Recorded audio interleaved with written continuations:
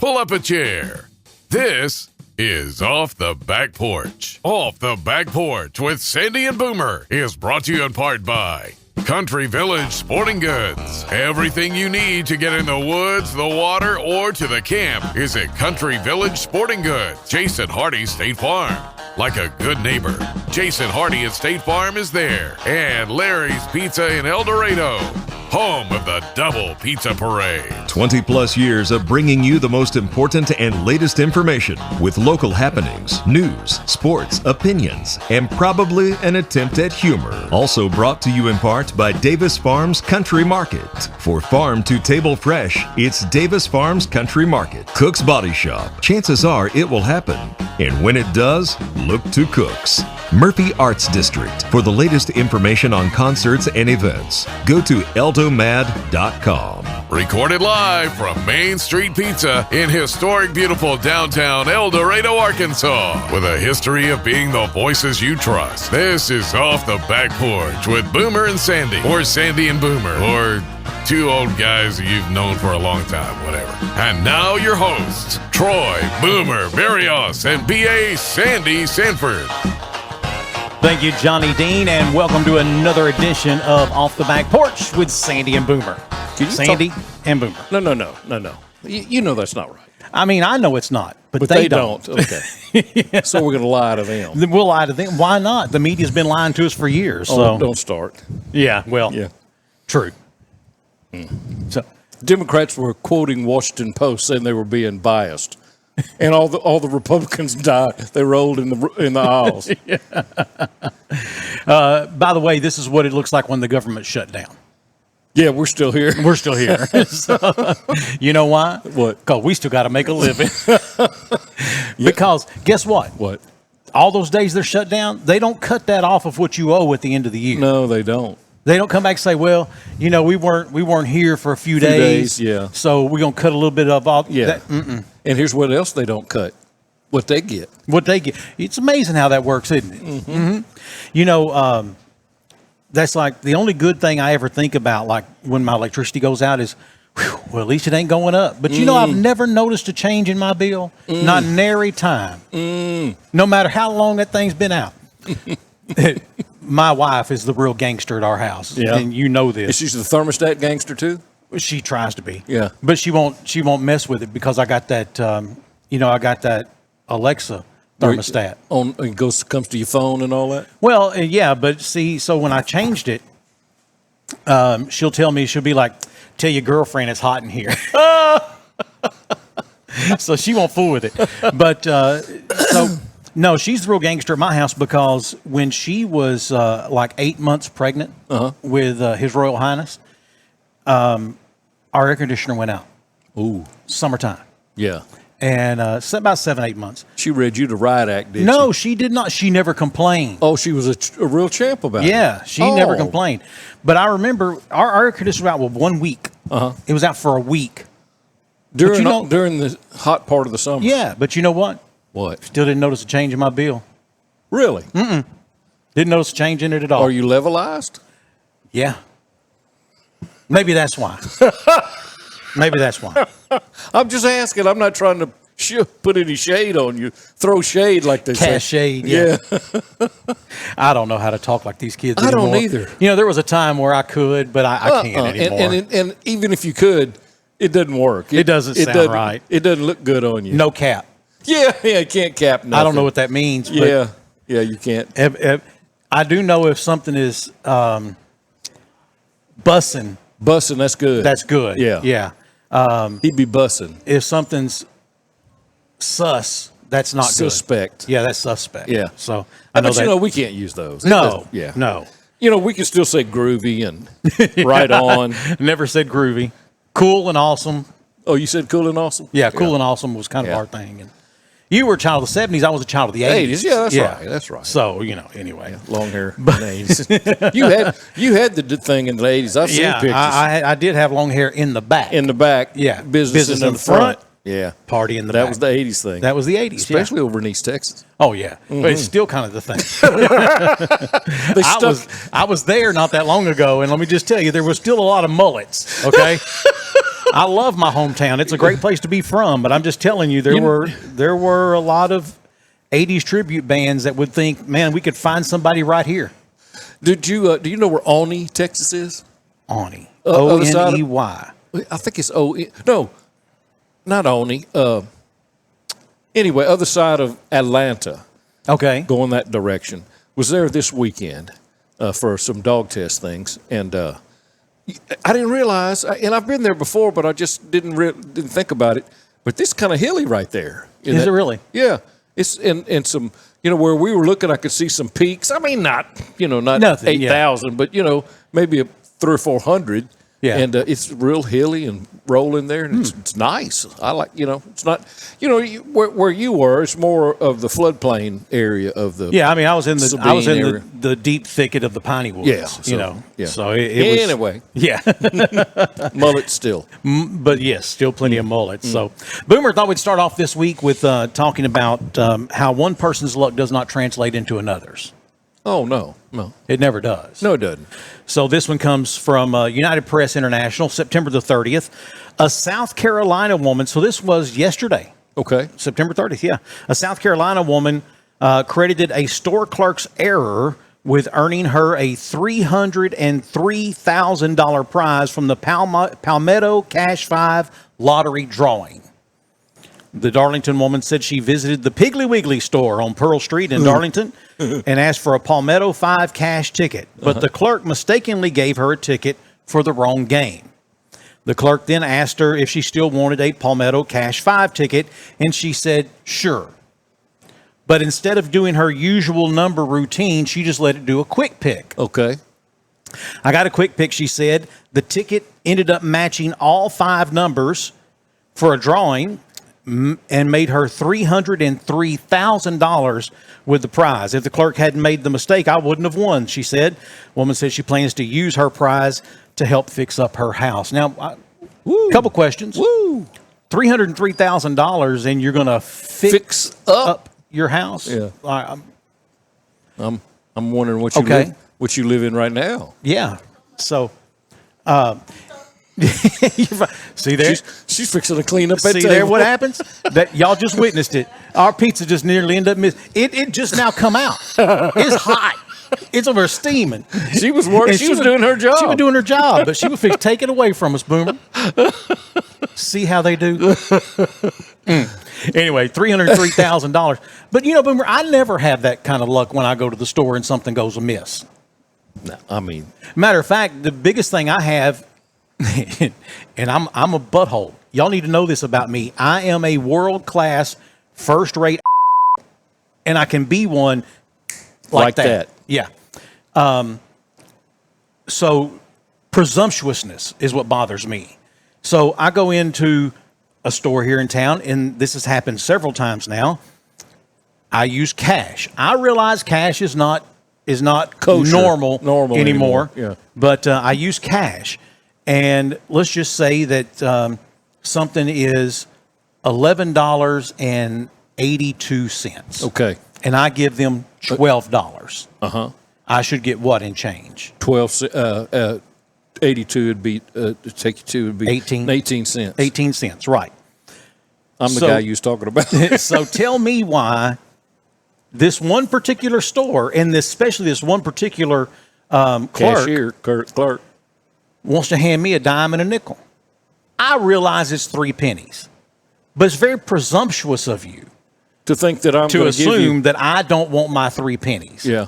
By the way, they're mine. Okay. Well, I mean, if you wanted to give them up, that's your prerogative. That's right. Kind of like Bobby said. Yeah, like Bobby said, right before he smacked Whitney. Yeah. That was his prerogative. That was his prerogative, yeah. But so now I've gotten to the point to where I look and I say, we not even. And I'll just stand there. Yeah. Because that's me. Yeah. I'm a jerk like that. I don't care how many people are behind me. Because this woman, and listen, if I told you the story and described her, you would know exactly who it is. She looked past me at the line of people. I was like, I know there's people back there. So she dug 3 pennies out of betraying him to me. I realize I'm being a jerk, but so were you. I am giving back to you what you gave to me by not giving me what was rightfully mine. You ain't got that WWJD bracelet, though. I don't have one of them because I know what Jesus would do, and most of the time it's the opposite of what Sandy would do.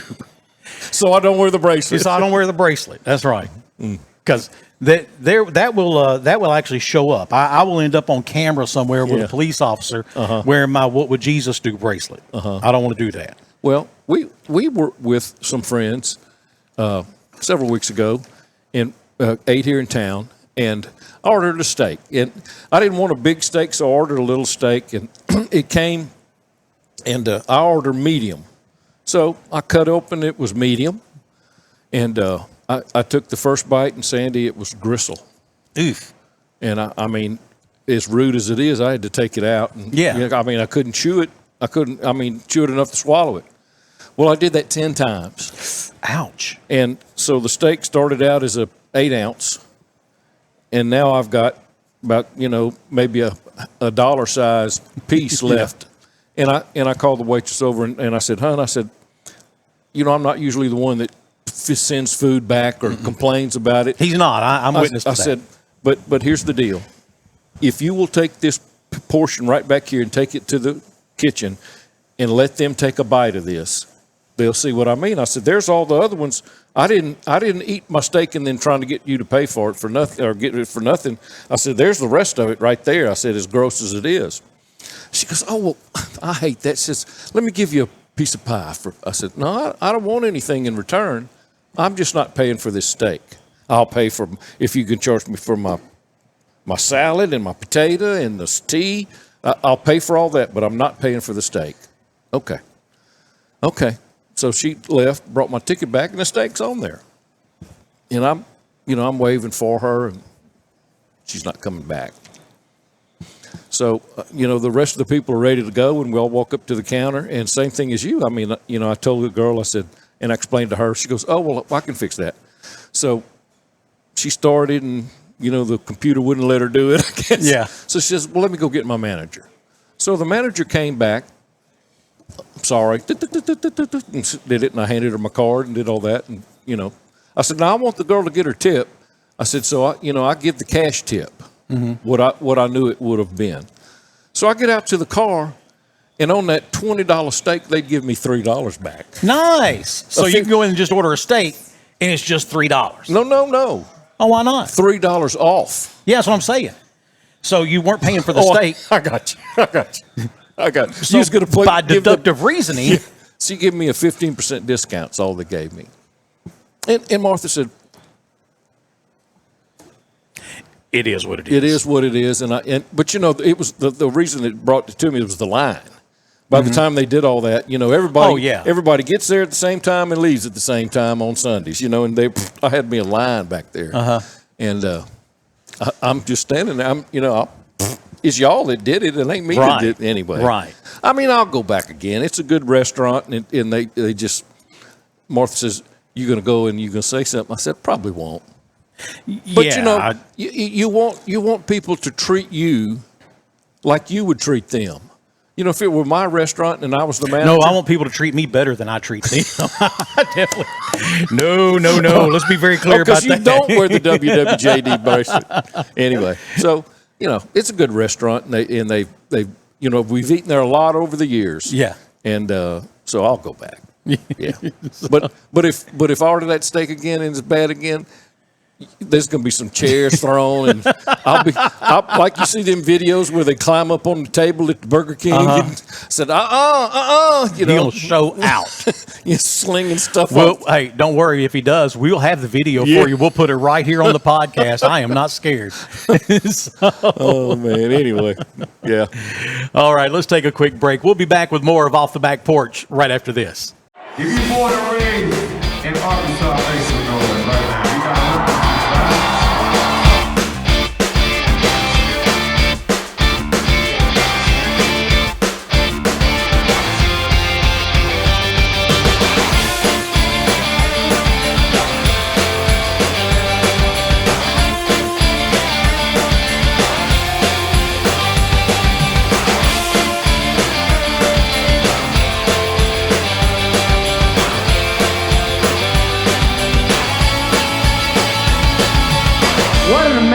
place they've built right here in your town.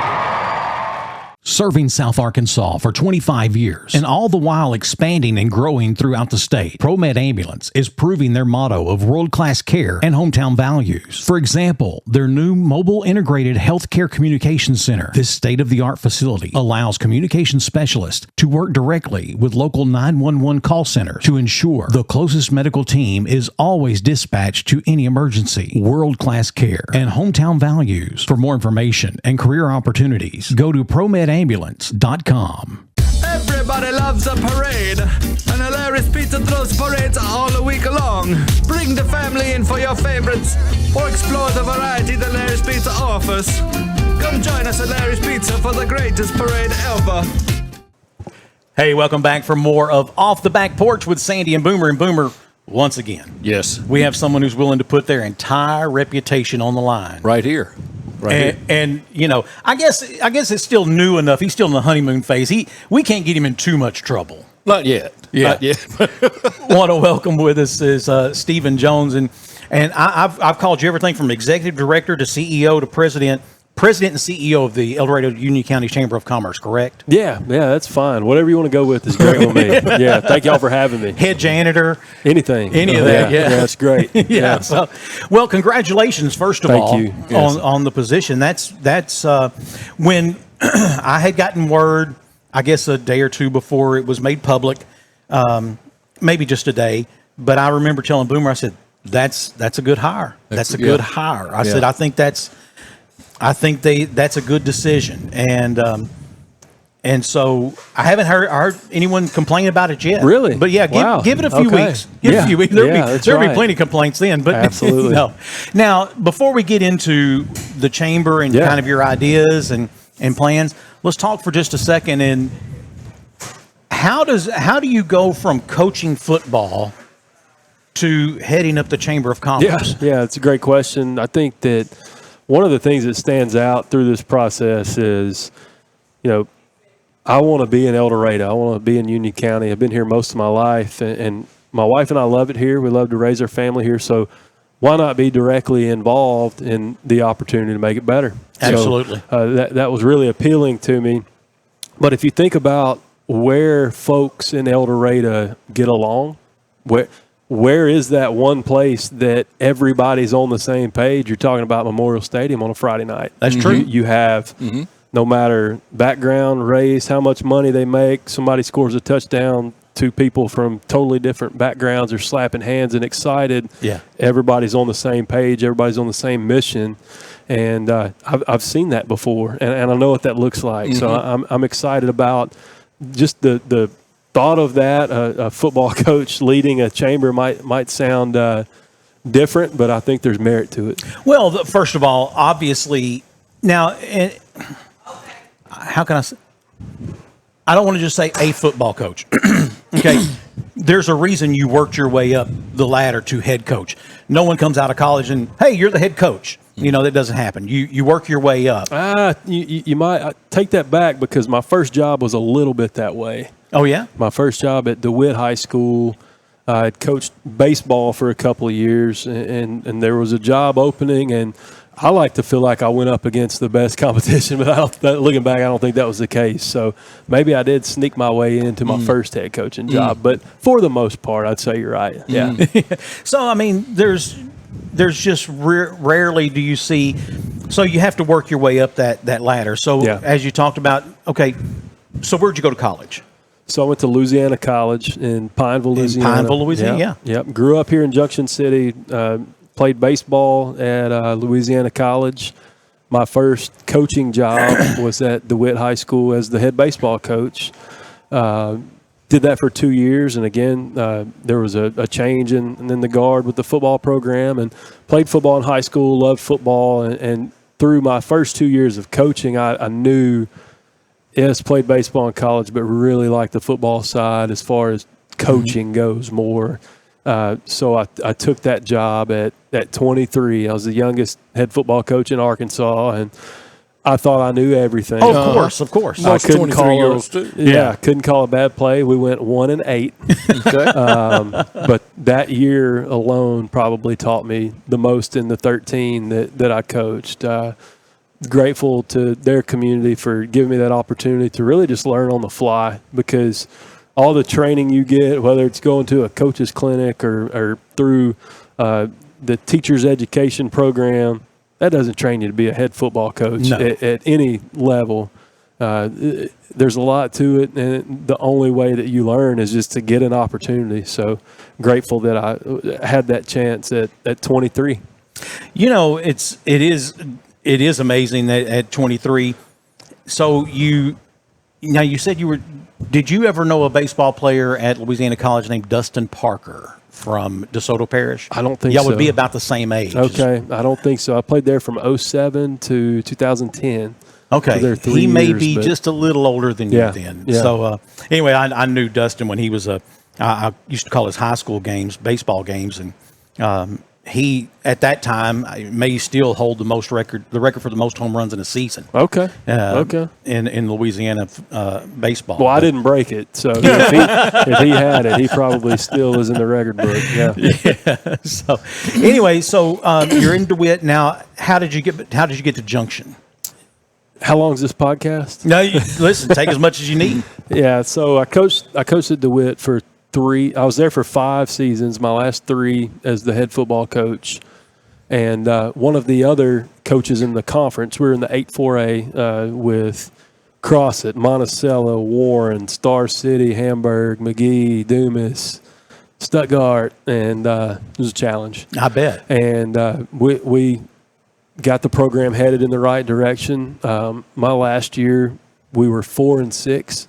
But when I took over, the program had won 14 games in 14 years. Woo. Wow. So going 4-6, I made some great friends there. I feel like I probably could have put my name in the hat for mayor that year with a losing record. Four games is a big deal.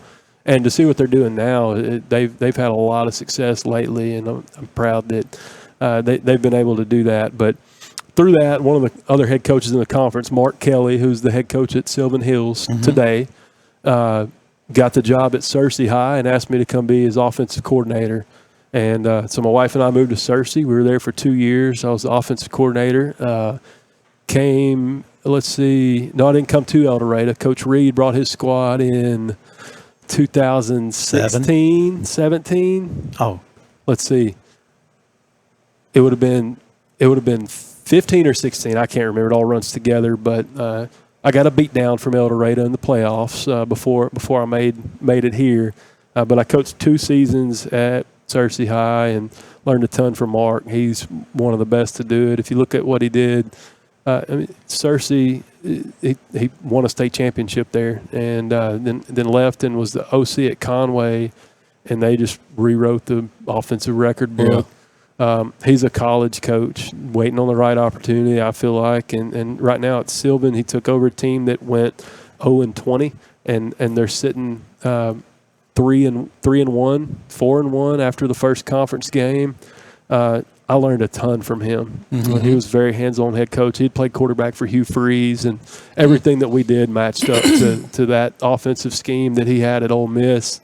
And so that's where, I learned at DeWitt how to run a football program and how to be a leader. And then from Mark, really the football side of it, the scheme, because every coach needs a system, Yes. And he had one that fit really any personnel. I mean, he's had teams that he's been able to just run the football, and he's had teams that they air it out every down, and he's had success doing both. So learning his scheme, his system, and then carrying it through is how I made it to my next head coaching stop at Junction City when my head coach, my high school coach, David Carpenter, retired after 29 seasons and 6 state titles and top just 10 6. Wow. overall. I thought it was more than that. 10. I think he's in the top 10 overall in wins, and just unbelievable guy. Yeah. And I'll never forget my first day on campus. I hopped in the truck with him, and we rode out to the field because all 29 years, he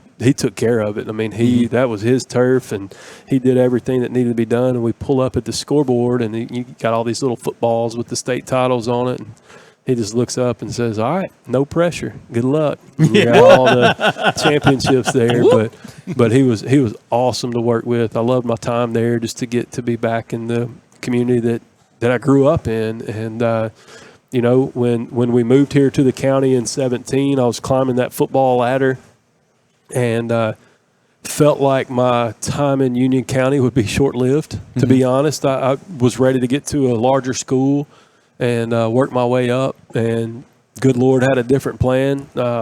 Opportunity to be the head coach at El Dorado came up, and I lived less than a mile from the high school, and it just came full circle there, and enjoyed my 4 seasons there as head coach, and really wasn't looking for an opportunity to do anything else. And a friend of mine with Ideal Construction had an opportunity for me, and at that point, it really made sense to me and my family to step out. I have 4 kids, and they're young, and you know, I don't know that I look at that opportunity if we're what I would call the normal 2-kid family, right? But at that point, it felt like, you know, maybe it's time. You know, do you want to try to make the jump to coach college football? Do you want to chase that? Do you want to try to settle into a community? Well, that's near about impossible, because you either do really well and you move on, or you don't do well and you move on. Yeah. So we decided to put, you know, we loved it here in El Dorado. We put roots down, and I got a job outside of education, spent 3 years with Ideal. And then again, the opportunity to kind of walk through the reason why I wanted to make that jump. This opportunity came up with the chamber, and I just couldn't pass it up. Sure. Yeah. Well, you know, Stephen, you've proved your naysayers wrong at every juncture.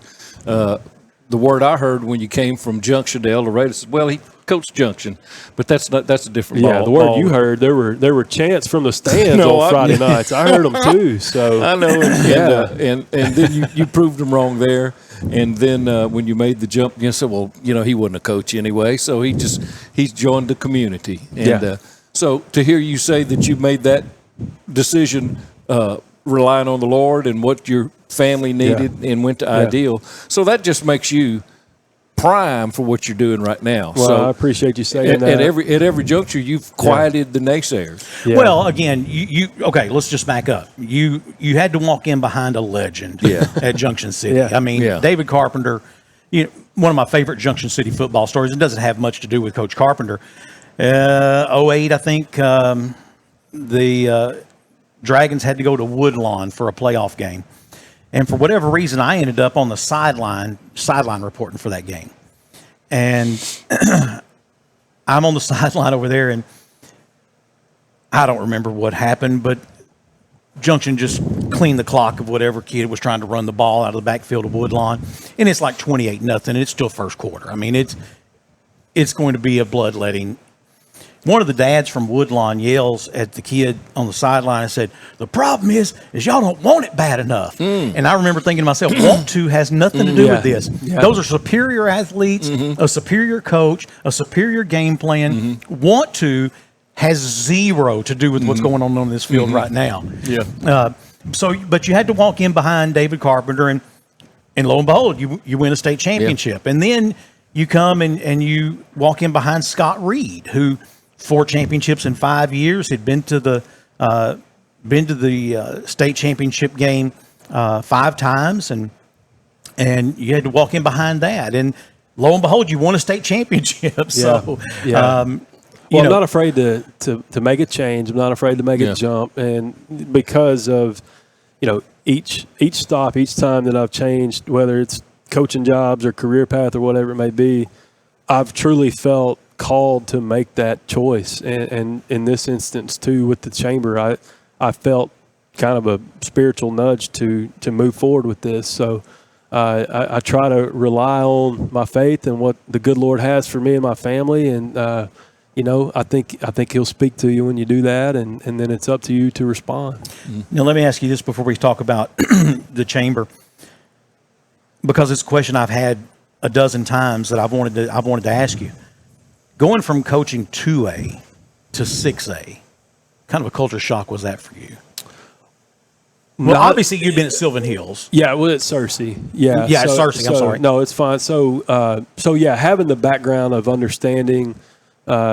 Not a whole lot of two-way players in 6A football. That's the thing is depth. There are great coaches in 2 and 3A football. There are great football minds that scheme you up, and really talented coaches at that level. Same at 6A. There is I'd say, more depth with talent, right? You might have a couple of talented guys at the smaller school where you get to a larger 6A campus. There's a big pool to choose from, and I'll say too, speed and talent make you a good coach too. That's right. I mean, let's be honest. Yeah. At both stops, I had really good teams, and at both stops, I had at Junction City and El Dorado, I had established football staffs because the only person that left was the head coach when I got to Junction City. The only person that left right out of the gate at El Dorado was Coach Reed. Now, some ended up falling to Cabot, but when I got there, both programs were established. I wasn't going in trying to rebuild something. Right. So I had really something to work with. So then just putting it all together and leaning on the guys that had done it and been around the programs for so long, that was a recipe for success. It was already there. It was just kind of making it your own and getting the buy-in from each staff and each group of players. And I was fortunate that I just worked with good people that, Junction City and El Dorado are football towns. They care, and from, staff that wanted to win, the players and parents that wanted to win, to fan bases that want it to win. They might not say that they want to win in a way that you want to hear it on Friday night if you call a bad play or whatever it may be, but if you get down to the heart of it, it's never personal. They may even say your name. It's not personal. It's not personal. They want to win, and I love that about sports in this county in South Arkansas, in this area. Which are wives, by the way. People just want to win. You got to give credit to the coaches' wives, man. That's the hardest job on the field, to sit in those stands and hear the things that are said and called out about your husband, whom is giving it his all. So, but Connie Reed probably had a more intense personality than Scott did.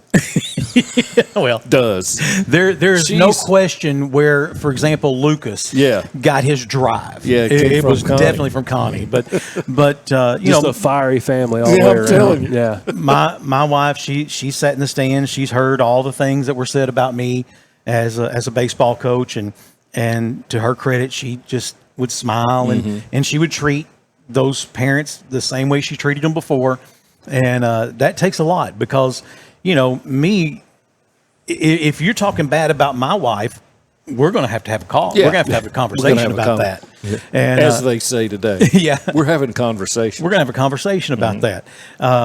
Or as the kids would say, we're going to throw hands. Yeah. Yes. We were talking earlier about, and we can't keep up with kids. And we don't even either. I mean, I'm 3 years removed from a locker room, and the terminology's already changed. It's changed. I'm out of the loop. Yeah. But your wife, she has to be a rock star. She's a saint. Yeah.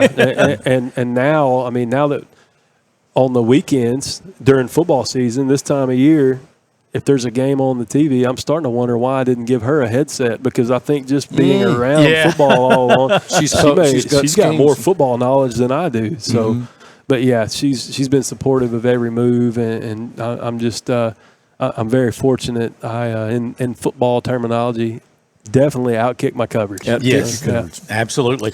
Let's talk about the Chamber of Commerce now. So you're in. You probably don't even have your office completely unpacked, do you? Oh, it's set up. We're in business. Yeah, I've been working for 4.5 days. So we actually had our first board meeting today, and life is good. It's busy. Just trying to get out and visit with as many people as I can, and hear some of the business owners in town and some of the industrial companies, hear what's needed, and just lean on that advice from community leaders and help try to tie it together. Kind of like your coaching. You walked in, basically, you have a staff.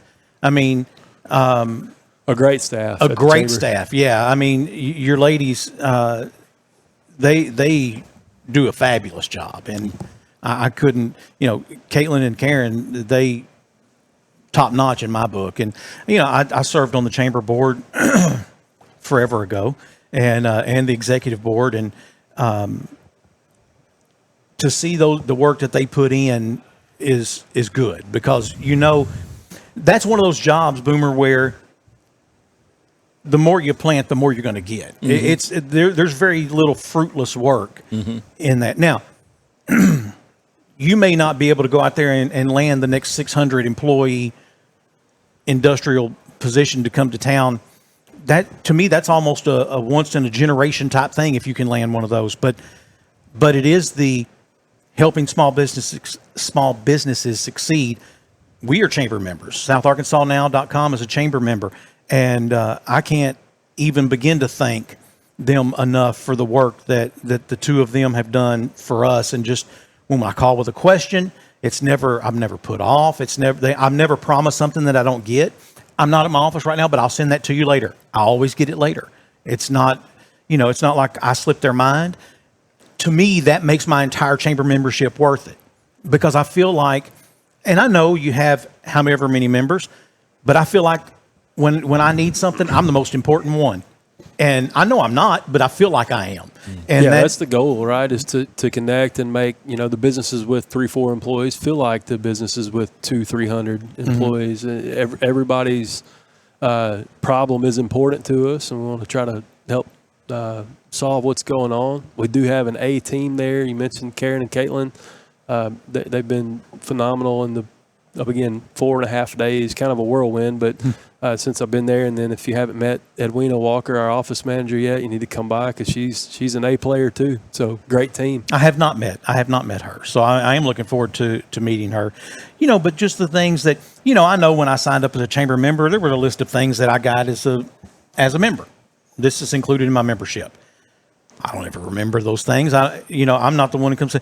But you said I could do, or I could have, or so I needed a notary, like right then, not this time tomorrow, not next week. And Karen calls me and she says, "Hey, incidentally, as a member of the chamber, this is a free service to you." Like, okay, and rushed down there and she took care of it right away. So, just those are the things that there are a lot more to chamber membership than just being a member of the chamber, especially here. I've been members of chambers. I have served on boards of other chambers of commerce, and it was a social event. Mm-hmm. Chamber board meetings were just that. Mm-hmm. They were board meetings. Mm-hmm. I will say the El Dorado Union County Chamber of Commerce has done a fabulous job of dragging in all the different areas, the small mom and pops, the industrials, the education system, civic groups, municipal groups, to all come in and collaborate on a number of things. And I think that's one of the reasons that we don't look like some other towns in Arkansas. I mean, face it, we are in a rural, economically depressed part of the state, and especially when you compare us to other parts of the state. So what sets us apart? Why don't we look like town A or B or C? Because people like you have at the chamber who are constantly working and doing their job and envisioning down the road. And that, to me, that's important, that let's look down the road. We're not just trying to put out fires today. That's what happens when you don't do your job. You end up, all you ever end up doing is putting out the fires today. You never have that opportunity to look down the road. And I think that's one of the reasons our town does have the things going for it that it does. Do we have problems? Of course we do. Name me a town that don't. Stephen, have you had a chance, I know you've only been there 4.5 days, to see some of the roadblocks that you're looking at for as the job as the head of the chamber? As far as the job, I wouldn't say I've really found any roadblocks yet. But, I've been in El Dorado since 17 and grew up in the county again. So I have an idea of what, as a community, we need to improve. And I feel like just getting together with as many as I can to put together a plan to attack those instead of just sitting there and looking at it. I think that's important to jump on right away. So, obviously, what are some things that you really look forward to in the position? I mean, we're not putting them in order. obviously you got a chamber golf tournament coming up. I mean, so you got to. But again, that's being taken care of and handled. But in the overall big picture, what are the things that you're looking forward to that you can't wait to get a chance to tackle? Yeah, advocating for Union County and El Dorado, helping to retain the wonderful businesses we already have here. I get to legally recruit. Yeah, I don't know if I could recruit through my football days or not. We won't really get into that much, but I get to go recruit. So try to drum up new business and bring them to El Dorado. I'm excited about that. And then build the relationships with all of the key players in the businesses to find out what's needed and not just make a blanket, I hope somebody moves here, and make a really strategic decision on what to chase. Is there an ancillary business that one of our industrial companies is going just across the state line for that we could bring here? Yeah. And just hearing out those leaders and just working with people, connecting. I love that side of it and look forward to it. Good. Yeah.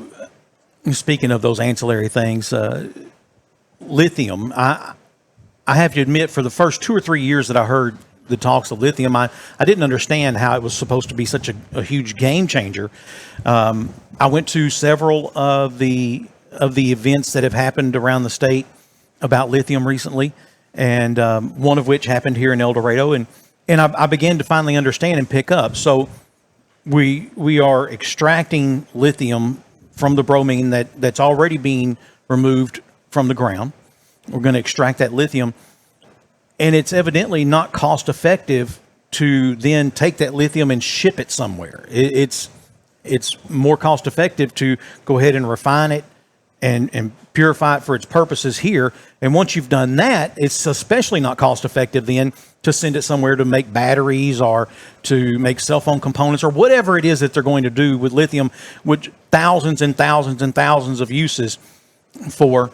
But there are a number of ancillary companies that come along with that process, and that seems to be the focus. Am I on track with that? I think you're right. I think the jury's still out on what exactly is going to happen in the lithium world. But the ancillary business is a recruiting focus for sure. I know that for example, there's a company in Canada that has been talking about, we want to be close to the source. They make batteries. They make lithium batteries. It's certainly not cost effective to ship the lithium to them, then make the battery, then have them ship the batteries back out. Mm-hmm. So they want to be as close to the source as possible. And I think now it just becomes a point to where we make ourselves as attractive to whomever as we can. Yeah. Whether that's through tax incentives, whether that's through a more skilled workforce. Yeah, we need to be ready. We need to be ready. We need to have a plan. Yeah, and that's community development, just having our town, our county ready to be the ones that are picked, right? Mm-hmm. So they don't go somewhere else. Mm-hmm. Economically, yes, we're trying to recruit and bring in, but from the community development standpoint, we have a lot of what they need here, right? I mean, obviously what they're extracting is absolutely what they need, but all of the trickle effect with that, we have very good infrastructure, we have very good water resource, we have 4-lane access to interstates. Yeah, I mean, you can get on 167 and go from Ruston to Little Rock in less than 3 hours. I mean, that's good access. The momentum that the airport has right now, there are great things happening. We have it all here. It's just about being ready and having our community all in to work on that. And this stuff doesn't happen overnight. So, for example, in the early 2000s, I sat in on a meeting with then U.S. Senator from Louisiana, John Breaux, and Senator-elect at that time, Mark Pryor from Arkansas, sat in a meeting with them, and they're like, what do you need? And we said, we have plenty of rail lines. Okay, so railroad access is not an issue. We need 4-lane access to interstate. We have to have 4-lane access to interstate. And Thanks to Madison, we got that. Yeah. John Bro, he was like, oh, hell, that's easy. Hang on a minute. Yeah. Pulls his phone out, big old brick phone back then. Yeah. Hey, can you, yeah, I don't care where you find the budget, just find it. Yeah. Click. Okay. Rustin to here. And I swear to you, that was on a Thursday afternoon. That Tuesday, I was in Junction City, and I saw surveyors out there. I mean, and next thing you know, they're building it, you know. Of course, it did help, as you mentioned, Madison Murphy being appointed to the Highway Commission, that's a 10-year term. So him being appointed, knowing that was a definite need, and now we do have 4-lane access to interstates in Little Rock. So, well, Stephen probably remembers we called it the dump, that it was a 2-lane scary thing from here to County Fort line Ice. in Hampton, to Hampton, and then it was also from here to cross it was the dump. And those aren't dumps anymore. That's 4-lane access and 2 bridges over the Washita. So a lot of that, all that infrastructure is here. So, yeah. So you're walking into it again, Stephen. A good situation. I like to find them. Yeah. And so, of course, there's also the fun stuff the Chamber does. Like I said, you have a golf tournament coming up. Yeah. And, of course, the Chamber Christmas Parade is one of the biggest events every year. Anything that you hope to add to that fun stuff part of things? Well, I like to have fun, but as far as the events go, our team right now has it in order, has a system. So, no, I'm not looking to add anything to that just yet. Yeah, because let me tell you, those ladies will choke him. Yeah, they will come in his office and choke him. I am excited about it, but my goal is to just dive into economic development. Now, one last question. We'll let you go. We know you have things to do. Tell us about the most embarrassing thing you've ever done. Embarrassing thing. No. No, please don't do that. Okay. He was going there. Yeah, just trustworthy. Yeah. See, that's his fault. He should. I told him beforehand, don't trust us. Yes. We are idiots. You're not, but we are. Appreciate that. No, I've enjoyed the talk. So. Well, we enjoyed you being here, and man, we wish you the best of luck. And obviously, we're here. If you need a forum to come help get the word out, please let us know. We'll be happy to accommodate and help you out if your reputation can survive doing it again. Yeah. So, but you have a standing invitation anytime. Awesome. And Appreciate it. all you have to do is just let me know, and man, even if it's not a podcast day, we can always come over to your office and do what we need to do. But let us know how we can help you. We wish you the best of luck, and I'm frankly excited for what I see coming down the road. Yeah, awesome. Thanks, guys. Glad to have you here. Appreciate it. We're going to take a break. We'll be back with more of Off the Back Porch right after this. Bad things happen, and of course, they never happen at the right time. Maybe it's just a little bump and cosmetic damage, or it's turned into a huge insurance claim, and you just don't know where to go next. That's why so many of your neighbors and friends call on Cook's Body Shop in El Dorado. From the minor to the major, Cook's Body Shop is in your corner. Need someone to help you deal with insurance? Look to Cook's. Need advice on what to do next? Look to Cook's. Need a free estimate? Look to Cook's. Bad things are going to happen, and when they do, look to Cook's. For nearly 50 years, South Arkansas floors have been covered by El Dorado Custom Carpets. And not just carpets, but true hardwood, laminate, stone, porcelain, ceramic, marble, and more. And guess what? It doesn't end with just floors. El Dorado Custom Carpets carries a tremendous selection of backsplash, wall tile, and area rugs. The truth of the matter is, one commercial can't come close to telling you everything you can find at El Dorado Custom Carpets, 1601 East Main Street in El Dorado. Call 870-862-4945. Hitting a buck to hang on the wall rarely happens by accident. It starts with preparation, takes some skill, and often even a little luck. Country Village Sporting Goods is your headquarters for all three. Right now, check out a brand new shipment of feeders, so new that they're still pulling them out of the boxes. A huge selection of lacrosse boots and plenty of warm weather camo for that early season hunt. And of course, bow hunters can't go wrong with the sales and service at Country Village Sporting Goods, 965 Smackover Highway in El Dorado. Hey, welcome back for more of Off the Back Porch with Sandy and Boomer, and thanks to Stephen Jones for stopping by and visiting with us. Nice visit. Really good visit. Yep. Great guy. He is. Yeah.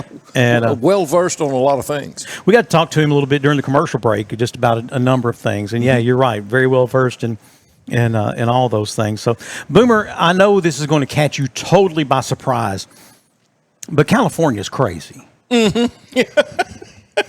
I know you probably weren't aware of that, but No, this comes from the United Press. Residents of a California neighborhood are warning other locals to beware of a, quote, very mean squirrel, end quote, that has sent at least 2 people to the emergency room. Joan Heblack, a resident of Lucas Valley neighborhood in San Rafael, California, said she was taking her morning walk recently when the squirrel attacked her leg. It clamped on my leg, and his tail was flying up, and I was like, get it off me, I don't want to touch it. Another resident, Isabel Campoy, said she and her daughter were attacked. Campoy ended up going to the ER with a wound to her arm. Marie Ayoub and her husband Joe had a confrontation with the squirrel when he tried to get the animal to stop biting their wooden fence. She was like, well, maybe it's just hungry. And he went over to shoo it away with his hat, took his hat off to shoo it away, and it jumped on his scalp. No. And, and started scratching him and biting at him and all this. So they put up flyers in the neighborhood. Yeah. Beware of squirrel. Warning residents to be on the eye have an eye out for the attack squirrel. Mm-hmm. The flyer says, this is not a joke. More than 5 people have been attacked by a very mean squirrel over the past few days in Diablo Circle and Mount Layson. A representative of the local wildlife hospital said squirrels don't carry rabies, so no need to worry there. But that the fact that this squirrel is being aggressive to humans is pretty much indicative to the fact that it probably had been once fed by humans and then probably let loose in the wild, and now has no fear of humans. And it's mad. And because they're not bringing him food. Not bringing him food anymore. So my thought is, walk out there with some peanuts then. Mm-hmm. You want to quit eating your fence? Put some peanuts up there. Mm-hmm. Give him something. Yeah. Give him one of them corn cobs on a stick something. And let him sit there. Let's see if that works. Or here's an idea. Let's make him supper. That's my thought. Because you and I both have had a lot of experience in Louisiana. Yes. And here, you know what the difference between a zoo in California and a zoo in Louisiana is? What's that? You know, they have those plaques in front of everything explaining where this is where they're from, and the atmosphere they live in, and all that. In Louisiana, next to that, they got a recipe for that. And here's how they taste. They taste like houdou. So if there had been a neighborhood, let's say in Plaquemine, the first thing would have happened to him, he'd have got shot. Yes. After one person. Yes. So that shows you the California. Come on, man. Come on. But can you imagine? Come on, man. Can you imagine, though, Boomer? Somebody going out there and shooting a bunch of squirrels in that neighborhood? They would probably just like stroke out. They would. They don't even want you to kill the coyotes that are coming up and eating their dogs. Coyotes come up in the backyard and get foo-foo and take off with it. And it's got my baby. Yeah, it's going to eat him. Yes. That will be the last time you see foo-foo. Just saying. Louisiana, a dude fights an alligator to get his foo-foo out of the alligator's mouth and start punching him. And all. You saw the video of that. Yes. And not a young guy, an old man like me. He knew that was mama's baby. He went to that alligator and said, you're going to have to let go of this. He didn't want to have to go home without that baby. Oh, then nope. That's something. Yeah. California. Yeah. I know for a fact that we see all the crazies in Southern California. And I'm sure, I've seen things that happen in on different shows. Everybody in California is not like the people in Southern California. No. There's ranches and, there's a lot of things. There's a lot of red counties. Yeah. And they grow great weed up there. And they do it all legally now. Mm-hmm. But anyway, we can't just, one bad apple don't spoil the whole bunch. Girl. But if you put a bunch of give up on love. But if you put a bunch of them together, you got a voting block. You know? So, yeah. Man, that's the thing. And I was having this conversation recently. I think it was with one of my kids, and I said, look, the nuttiest, craziest things you can think of that they do in California, those people live here in El Dorado. The difference is there's 3 million of them there. Mm-hmm. There's 2 or 3 of them here. Mm-hmm. Incidentally, I watched the documentary the other day on the Ashley Madison website, and when my name was never, it was not in there. No. That's right. Nope. That's right. Neither was mine. Good. My lovely wife, she said, anything you need to tell me before this comes out? No, ma'am, sure ain't. And I was like, well, first of all, if my name is in that dump, it would have been prior to me even meeting you. Mm-hmm. And because the hack happened before she and I ever started even dating. Yeah. And I said, number two, no, my name is not going to be in that dump. Now, we all know people who were, and that's their business. But you know, the people who, there's some people they interviewed and they're like, oh, it's the worst thing that I've ever done. I can't, I don't know what I was thinking. Yeah. And then there's people who's like, wasn't me. Somebody else named Sanford. That was somebody. Speaking of somebody named Sanford. Yeah. Do you have anybody in your family that drives vehicles up in the churches and sets them on fire? No, not that I'm aware of. Well, because that's what that guy's name was up there that did it to the Mormon church up there. Oh yeah. His last name was Sanford. Okay. He got unalived. Yeah. Yes. He was unalived. As you should expect, incidentally. Mm-hmm. There was a time I went to the same church as Rodney Wimberly. Yeah. That'd be the last church. Don't drive up in here. Don't FAFO up in here. I'm just telling you. Oh my Lord. Because I can't remember a time where he wasn't armed. Oh yeah. I mean, it was openly evident that he was armed.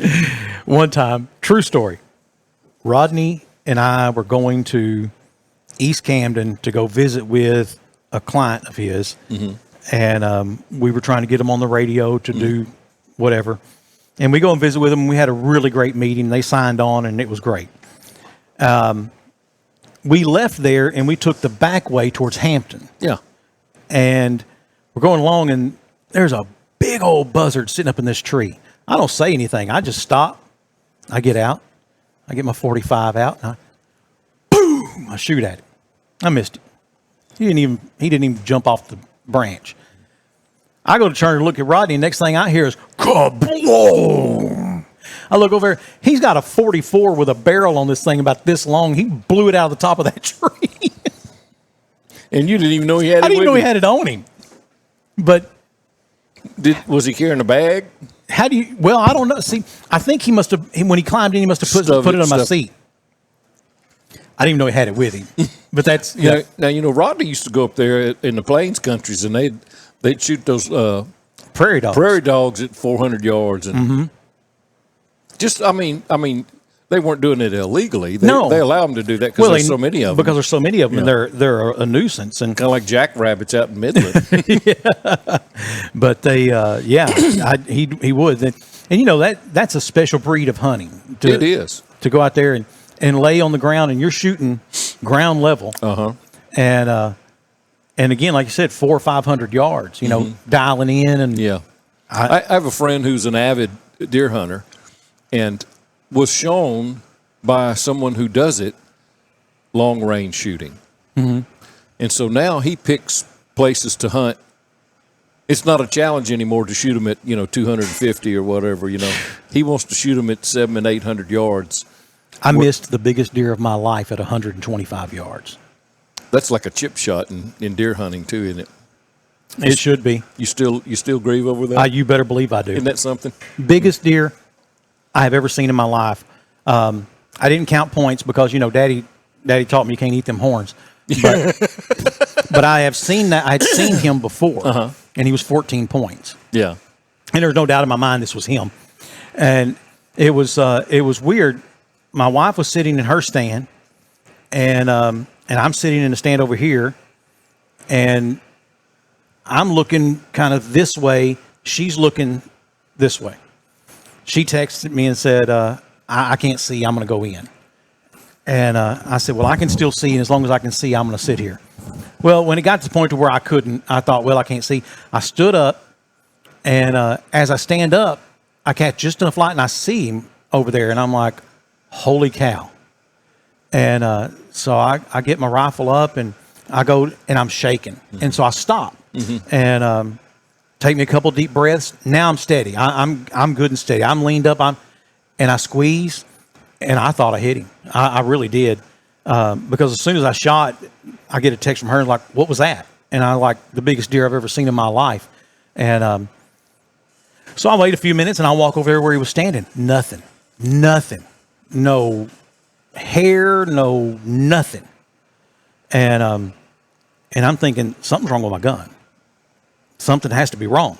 And my son uses it the next weekend, drops 2 deer at 230 yards, and come to find out, the gun I'm using, the ammunition is, you scope it at 200 yards, so it shoots high at 125. And so I just shot over him. You was too close. I was too close.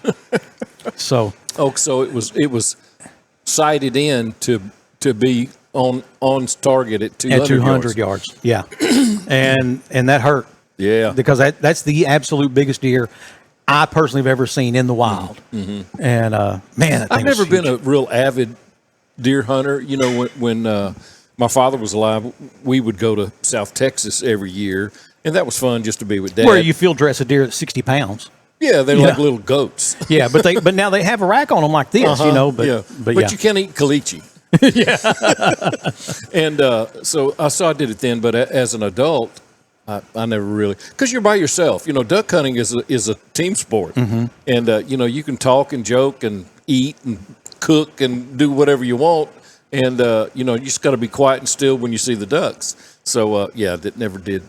But you're right. Once you see one and you're in a stand and you get that fever that makes you shake like that, that's an unbelievable feeling. It is an unbelievable feeling, you know. And I just, fortunately for me, my dad was a avid deer hunter. Yeah. And he taught me from a very early age, stop. Yeah. You're not gonna get over it. Yeah, just stop. So stop and regroup. Yeah. And then and anytime I've had that happen, you know, I had a banner year here a couple of years ago. I got five deer that year, and one of those times that year, I had that. I got the, I don't know what, you know, the shakes or whatever, and I just stopped. Took me just kept watching the deer. Took me 2 or 3 big deep breaths. Yeah, let your body kind of settle down, and then lift back up. Man, I was steady on and dropped it, but. Yeah, that's, but yeah, that, you know, that I had seen that deer the year before, and from where I was sitting in the stand, he was about 300 yards away, and I'm sitting there with a 30-30, and I told somebody, was like, man, I'd had to try. I said, no, I wasn't going to shoot at it, you know. That just, I said, but I said, think of it like this, because this guy's a golfer. I said, I'm sitting there with an 8-iron. He's a 3-wood to a driver away. You know, you're not going to, I don't care what you do with that 8-iron, you're not going to hit it that far. Okay. And, but if it was close, you're going to do some awful damage. That's right. That 30-30. That's what I used to shoot. And it's 30-06 is what I used to shoot. Oh, wow. And Daddy had a Winchester 30-30 with open sights. And he convinced me, and I was old enough, he didn't do it to a kid. He convinced me to shoot that one time. Kicks like a mule. Worse than that 30-06? Yes. Wow. That 30-30 Winchester was horrible. That's what he had that Remington automatic 30-06. Yeah. And it was the bicentennial model. It had 1776 with an eagle and 1976 on it. And someone broke into my house when I lived in Oklahoma and stole that and several other priceless, I mean, not priceless to anybody, but just me, because they were my dad's. And anyway, if you're listening from Oklahoma and you stole my guns, I hope you feel horrible. I used today my dad's 270. Yeah, and that great gun. We have out at where I've trained dogs, a pond and a lot of fish, and so we incur a lot of birds that want to eat all the fish and the bait fish. And so we have a 17 that we shoot with a scope, and that is fun to shoot. I bet. Yeah, it's fun to shoot. Yeah, as long as you don't point it towards houses. Well, we're in a very rural place, but there's still houses. Still houses. You know, I also have I also have my dad's 250 Savage. Oh, yeah. And great gun. Mm-hmm. Can't find ammo for it. Mm-hmm. So, seems like you could load something that would. You can. There's, and I don't remember, and I'm not enough of an aficionado to remember for sure. But you can neck down something else mm-hmm. to fit that. Mm-hmm. You know, at any rate, maybe I'll get somebody who can do that for me and make some for me. Speaking of neck, have you ever been to a nail machine? That's horrible. It is horrible. That is horrible that they sing that, and they all think it's so funny. They do. But. And I bet you the Baptist kids are right in there with them singing. Of course they are. Oh man, I hate that. So, hey, talking about something a little closer to home. Yeah. An Oklahoma family celebrating a birthday at the Crater of Diamonds discovered a brown diamond weighing in at 2.79 carats. I read that. Have you seen a picture of it? Yes. It looks like a big brown jelly bean. Yeah. You know, it's red and green. Yeah. But and they got there right after they'll rake them up. They'll mm-hmm. plow up some more for you. Yeah. And after it rains, it's great then. So Renee Madison said she and her family traveled to the park from Cookson, Oklahoma mm-hmm. for her nephew's birthday and brought along a beach digging kit and sand sifting tools they had bought at a dollar store. Mm. They went sifting near Prospector Trailhead on the north side of the park. After going through a few buckets worth of sand, they spotted a shiny oblong object. At first, I thought it just looked really neat. I wasn't sure what it was, she said. I honestly thought it was too big to be a diamond. They took it to the park's Diamond Discovery Center, where experts confirmed it was a 2.79 carat brown diamond. And they said that she said she's named it the William Diamond after her nephew, who was celebrating his birthday. And the William Diamond is the third largest gem found at the park so far this year. Are they able to market those and sell them, or I don't know. I mean, I'm sure there's a market for them. Yeah. I don't know what it would be. You know, Mm-hmm. you're not going to get rich off of it. You know, you're not going to change your lifestyle from it. But if you wanted to sell it, you certainly could. I guess. I guess they may buy it right there at the park. So this isn't really that valuable. I'll tell you what we'll do for you. Yeah. That'd be me and you at the park. That's what happened, yeah. They said, you sold it for what now? I said, well, $1.75. A 6-pack of Busch Light and a half can of Copenhagen. Yeah, so we're going to take a break. When we come back, we'll have more of Off the Back Porch right after this. Homes are typically heated or cooled 24/7, 365, using nearly half of all home energy. That new stainless steel refrigerator may look cool, but upgrading to the quietest and most efficient HVAC system can have much greater rewards.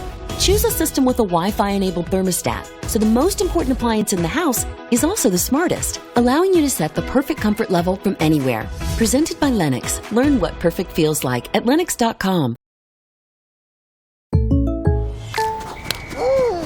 Derrick Henry. Hey, Jake from State Farm.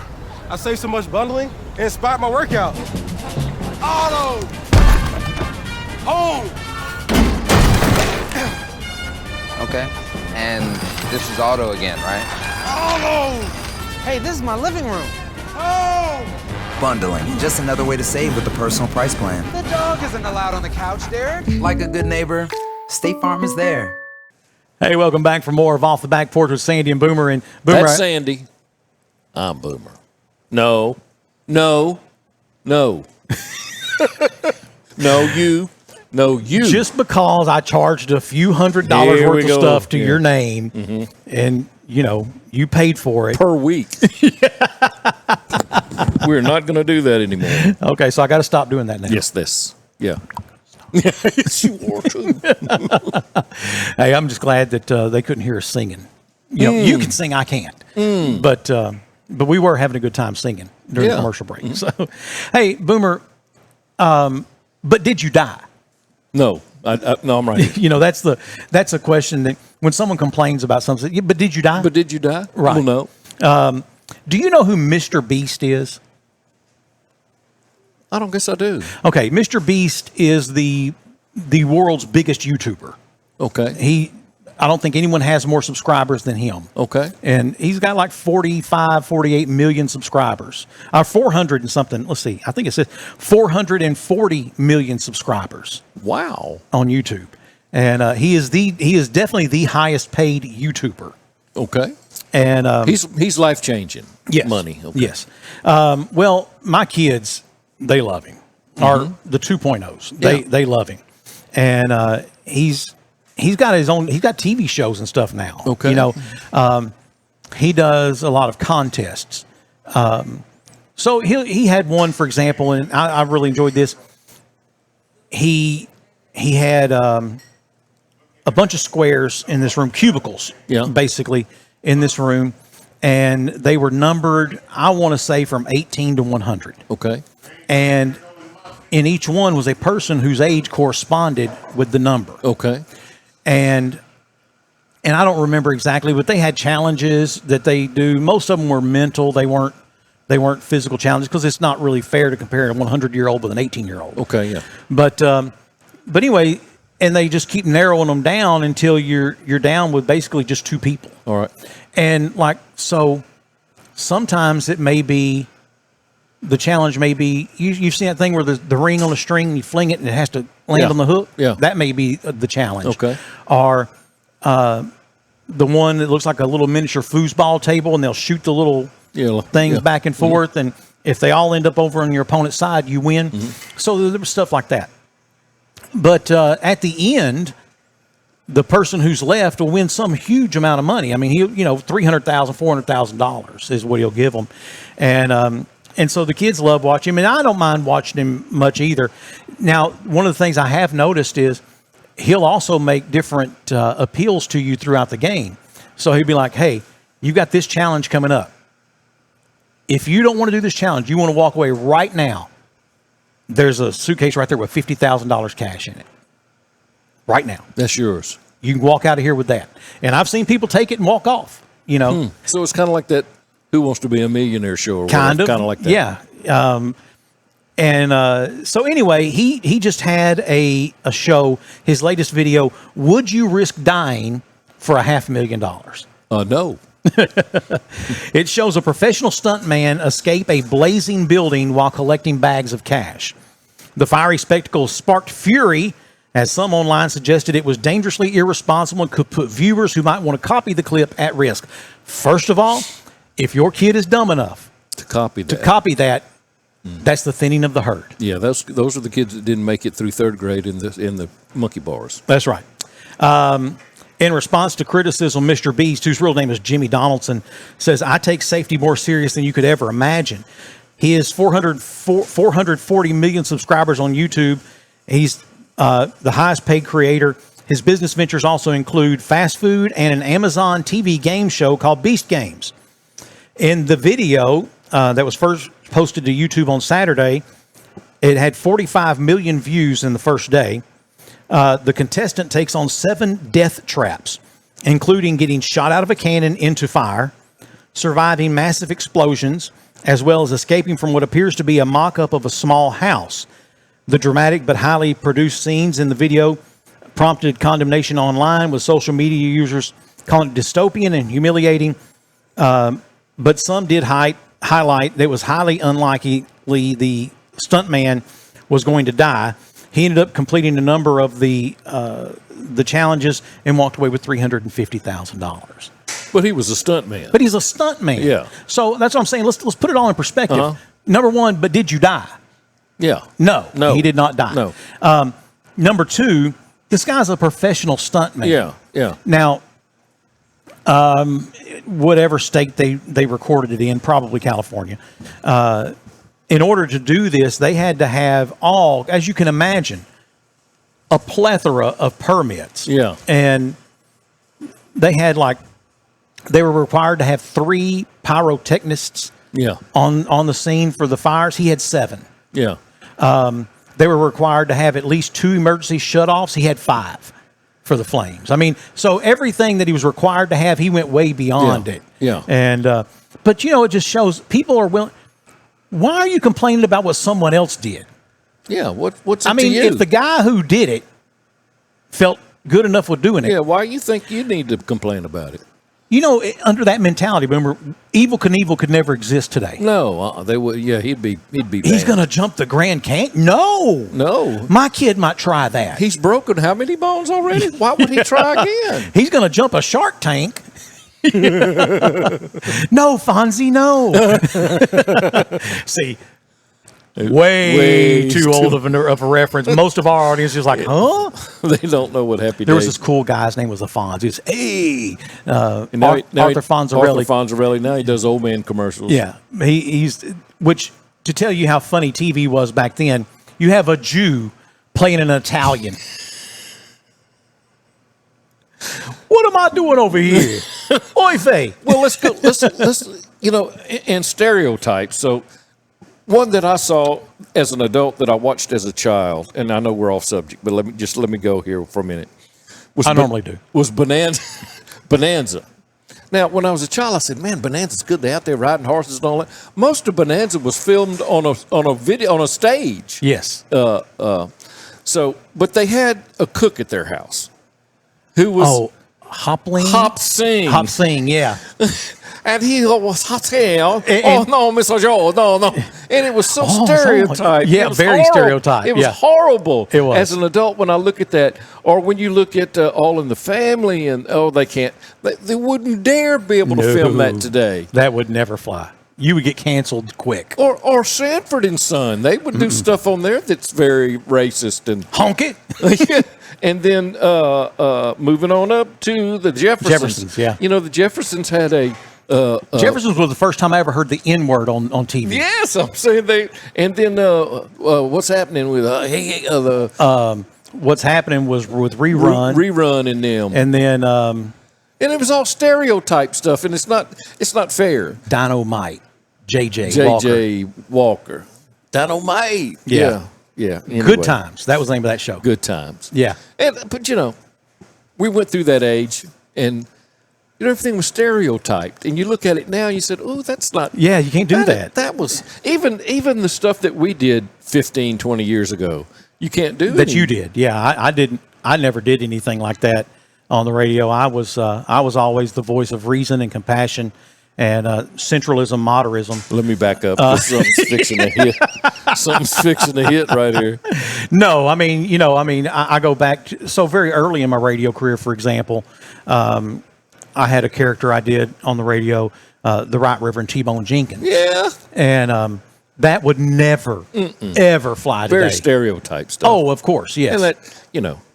And always called the police devils and all kinds of stuff. And go back to Jack Benny even. That's before my time, so it's definitely before your time. Yes, Mr. It was horrible. It was. And, but I go back to a story we had last week on the podcast when he's like, well, back in my day, back in your day, seatbelts were optional. Yeah. And the dashboards were made of metal and were pointed. I don't know. And Chevrolets. Who was it that thought, let's take something and put it in the crash zone? Yeah. And let's make it pointed. Yeah. So as a child, you'd see all the time. As a child, and I did it, I would stand up next to my daddy in the seat. In the seat, yeah. I did. Or lay up in that back window. Yeah. On that back dashboard. On the back dashboard. I've ridden to Texas on that, going to see Grandma. And, I'm in the seat, standing up with Daddy, and he had to hit the brakes. And, man, he would do that, but this time it didn't work. I put my teeth through my bottom lip. That thing was dangerous, man. Yeah. Those Chevrolet, all of them. They all were, yeah. They were, anyway. Yeah, there was a Ford, I think it was the Fairlane, that the dash, like I said, it was made out of metal, and it came down to this point. And, that point was like, it was a file use away from being sharp enough to cut paper. Wow. And that was right there, head height for a kid, But things change over time, and society changes, and most of the time for the better.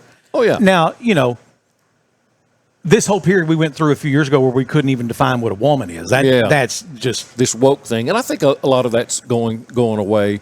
It's dying. It doesn't want to go away. No, a lot of the DEI. It's dying a death of neglect. Yeah. But this is how weird the world is. Bill Mahr and I agree on things. Isn't that wild? How about John Fetterman? He and yes. I. Now, there's a lot to be said for getting hit real hard in the head and maybe knock some. Daddy said, "I'm gonna knock some sense into you, son." I believe that's what happened to him. Yeah. And if you don't know who John Fetterman is, he's a senator from Pennsylvania. He's the guy who wears shorts into the Senate. Wears shorts in a hoodie. Yeah, wears shorts and a hoodie into the Senate. And if he's on TV, we shorts and a hoodie. Shorts and a hoodie. He doesn't care. He don't care. The things I hear him say now. Listen, he still belongs to a political party, and yes, he does espouse some things that I don't necessarily agree with, but so do those who are Republicans. They still espouse some things I don't agree with. But Fetterman, most of the time, I don't hear him talking politics. What I hear him saying is just like some common sense, normal common sense stuff. Yeah, and now does that translate? Because there's people saying he'd be a great presidential candidate if he kept that mentality, if he kept that centralism inside of him. Yeah. Problem is you got to get elected. Well, yeah, and that brings me to this. Fro asked me this week, said she read a story about the money that certain PACs give to these people. She says, "Why do they need that money, Troy?" I said, "As soon as they get there, they got to start raising money to get reelected, and the amount of money that they need to be elected is voluminous. They need a lot of money. It's so. One, you want to have enough money that in your coffer that you almost prevent 90% of the people who are going to run against you from running. Yeah, because they can't raise. They look up and they're like, okay, they can't say I can't raise $35 million. I think I saw, and I'm not putting anyone's business out there because it's all public record. I think I saw in the last report, Tom Cotton has $33 million, $43 million, some astronomical number. Well, that prevents a lot of people from running. Sure, yeah, because you realize I'm $43 million behind. From day one. And when they say we got a grassroots campaign, you're not going to get enough money from a grassroots campaign at $20 and $50 a year, a month, or whatever, or at an event. Yeah. So the whole neighborhood in California that burned down with the fire, Palisades, or yes, okay. All the money that was the federal funds that were given relief funds to that, not any of it has gone to rebuilding one single house. I believe that. Not any of it. Now, you say, well, that's them Democrats out there. But let me tell you. Now, you and I are more like centrist, I believe. I think so, yeah. And because I'm a conservative centrist. How about that? Yeah, there you go. I'm on the right side of concentrist. I'm on the right side of center. Yeah. But don't think that doesn't go on in the Republican Party. Oh, it does. There's good old politics everywhere you go. And it's because of the amount of money you have to get to be reelected. And America did a song back in the 70s. It says, "This is not what the government meant." That's right. When they started out, when Madison and all them guys and started writing this stuff, they meant for when Daniel Boone just went for a little while and served a couple of terms and went back to Kentucky. That's what they meant it for. Yeah. They meant it for the countrymen to come in and serve their country and go back home and do your other job that you were doing your real already. Job. Yeah. Yeah. And because of the fact that to make laws for a whole country, you have to know how to run your own part of the world. And so that was the guys, the statesmen that they wanted to get. And now we got people that have been in there from the time they were 30 and they can't walk anymore. Yes. Yes. And now they're multimillionaires, and they've been living off $100,000 a year for 30-something years, and they're multimillionaires. And it's just not what the government meant. No, it's not. Yeah. But it goes back to, again, from the time you walk into office, you have to start raising money to get reelected. Why? Well, because you feel like you have great ideas. Most of the time, yeah, that's the answer you want to hear. But the truth of the matter is you have to stay in there so you can keep getting the money. Well, plus, in order to get on any of those committees to actually do the work and make the laws and get them passed, you have to be a part of a consortium of the Tea Party, or the left has its parties over here. You got to be a part of a group of voters, a caucus of some sort. Thank you. That you have enough power to make things go forward, and so it takes money. It takes money and to seniority roll. And seniority. So you have to keep getting reelected. Yeah. And I want to tell you, if you talk to people that have gone and to Washington, and if you call your senator, they'll give you a tour of everything. But every office as you move up is more lush and plush. Yes. And when you get a new position, they'll just take all that stuff out of there, and you need to be a furniture salesman in D.C.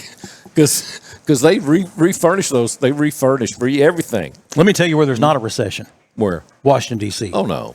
I went to D.C. It was either 09 or 10, and the country was in the grips of a recession. Not D.C., because that's where all the money's at. That's where it all goes.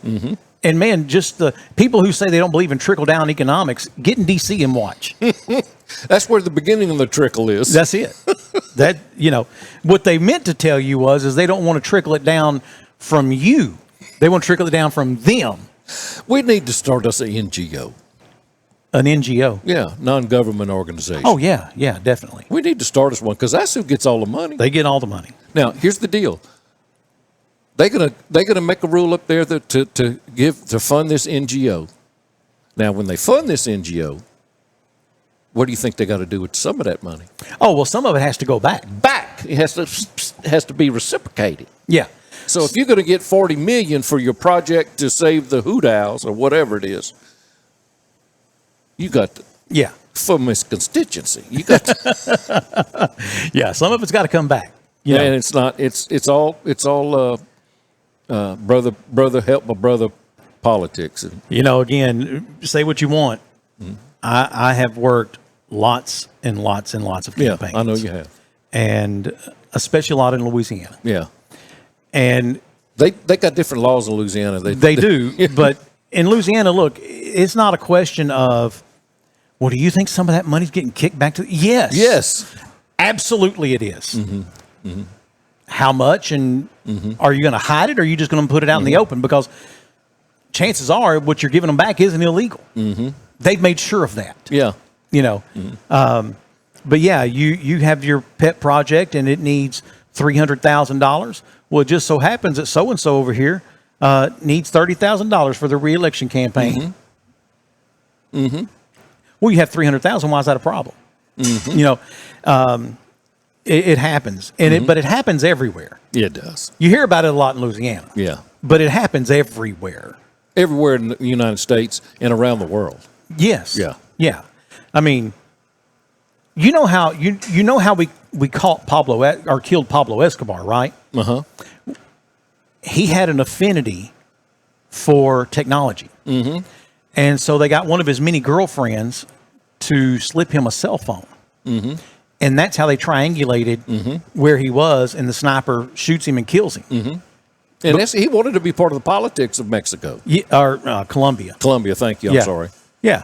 Was running for president or something, or prime minister or whatever it was, but was running for that. He thought actually, I've watched the whole thing. He thought he could pull it off, but maybe in Colombia he could have, but he didn't. He didn't. No, he ended up getting a see-through forehead. So, I'm just saying. Whoop. Yeah. But, Boomer, we're talking about how things were back then. And that back then could be 10 years ago, 15 years ago, or 50 years ago. But you were telling me a story about a guy who locked his cell phone up. Yeah. Oddly enough, I saw it on Instagram or TikTok or somewhere where he decided he was going to see what happened if he just totally did not use his cell phone for a month. He was just going to try it for a month. And the first thing he did was, and it was pretty cool, he put it in a lockbox with a timer that it was not going to open until 30 days were up. Okay. And so he went to a neurological institution or clinic somewhere, and they did a brain scan of his brain. Imagine that, a scan.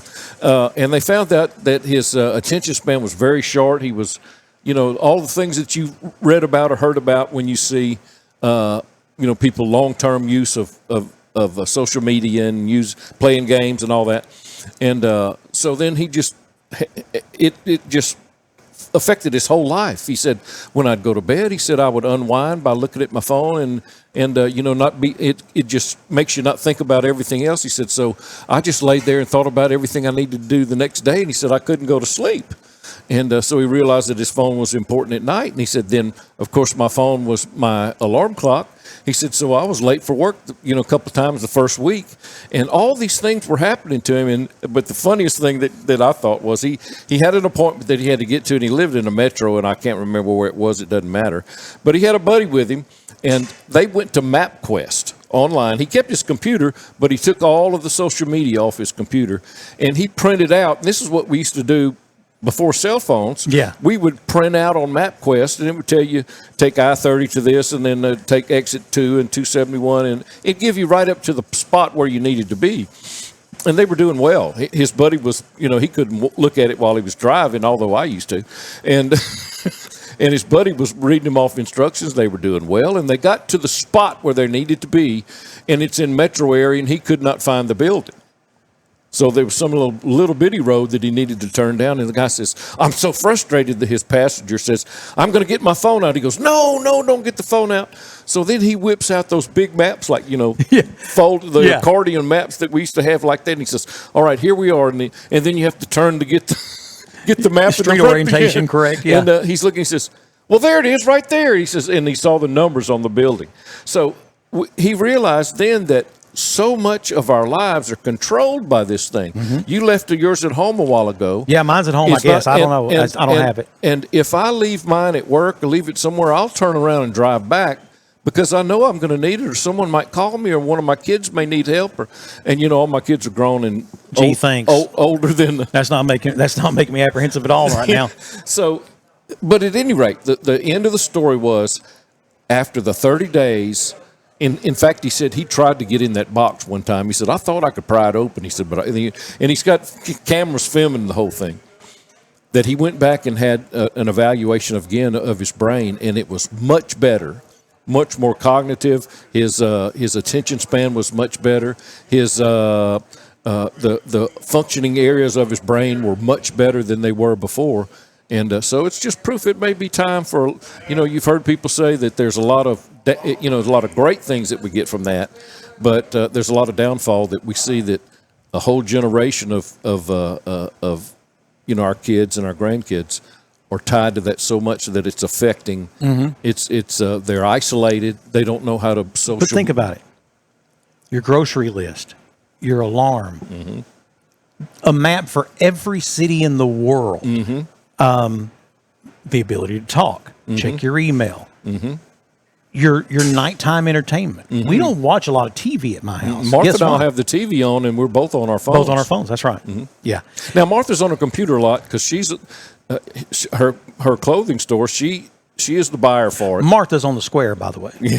Who doesn't advertise? I'll send you a bill for that for Martha's on the square. Yeah. Right down there. Yeah. Any rate. So she buys a lot. She's frustrated because she's trying to, follow the trends. Anyway, any rate, where were we? Just how people are just looking at their phone even while the TV's on. Yeah.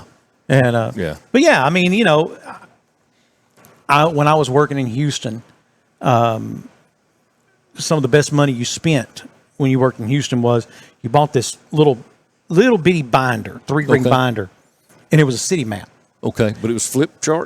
Yeah, so you could open it up, and they were heavy plastic. Yeah, and you could unfold this one, and you would find your street, and it would tell you what page to go to. Oh, inside, and to look at that, to look at a blow up of it. Yeah, or if you didn't know where it was, if they just said, "Hey, we need you to go over to TC Jester."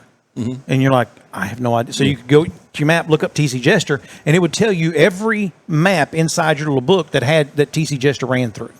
Huh. And so that thing was expensive. I mean, this was back in the 90s, and I think, it was $25-$30. Mm-hmm. But that was the best money ever spent. But then when we had TomTom come out, or the Garmin things, and I had a Garmin. I had a Garmin, and then it was. I think it was on your car before it was on it may have been on your phone before your GPS was in the car. Yeah, I don't remember. And at any rate, now you can plug in anywhere in the world you want to go, and it'll tell you how to get there. Step by step. Yeah, turn by turn directions. Now here's the thing that it'll do. when this weekend trip that we took, Roger's truck, he has a pretty nice truck that has a pretty good one, a navigation system on it, and we just put the address in and then took off, and it told us where to go. We went to Texarkana. It told us what road 59, and we went past Atlanta, and we were there. So we get through Sunday afternoon. We're ready to be back in El Dorado, and it's 6 o'clock. So I pull it up and I punch home, and I start following it, and I said, "This ain't." I said, "This ain't the way we came." He said, "Sure isn't." And I mean, we're on some pig trails, and we're not even in Arkansas. And finally, it says I-49. I said, "Ooh, we're already over." I said, "We went too far east. I wanted to go northeast." But anyway, we jumped on, and it kept trying to reroute me to where it was wanting to go. And I just finally, Roger said, "Let's just turn it off." I said, "I know 49 will turn into 30, and we can get to Texarkana, and we're there." So finally, we went far enough where I could turn it back on, and it went to where I wanted it to go to. And my point is, it'll take you better look at the whole route before you decide to go that direction. Check it out before you just follow it blindly. Follow it, yeah, because I want to see the whole route. Yeah. Yeah. And it gives you, at the beginning of it, it'll give you 3 different, fastest or best or most, but a lot of times it routes you and you're in the middle of nowhere. Mm-hmm. So, anyway, we're going to take a break. When we come back, we'll have more of Off the Back Porch right after this. Spice up your tailgate with locally raised farm fresh products at Davis Farms Country Market, like the new Code 3 and Davis Double D Farm Salsa, fresh from the field in locally grown purple hull peas, super sweet vine ripened cantaloupes, Arkansas made meals that are easy on your wallet and your time. And nothing says fall has arrived like mums and pumpkins. There are plenty to choose from at Davis Farms Country Market, 4523 Junction City Highway, or call 870-639-1323.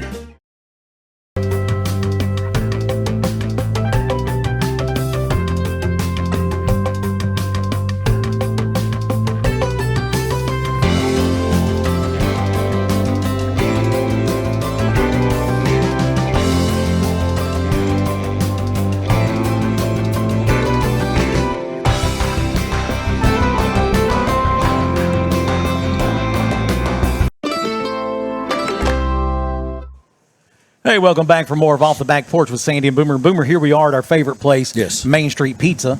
Yes, where the locals come to eat. It is, and long time fixture in El Dorado, and a lot of people come here. And I'm going to tell you what, when you come here, the pizza's going to be the same every time, and we like that. And they make us a pizza every week, and we eat as much as we can in between breaks. Yeah, but you like the armadillo eggs a whole bunch. Well, everybody in my house does. Yeah, and but yes, I do like them too. Mm-hmm. They're very good.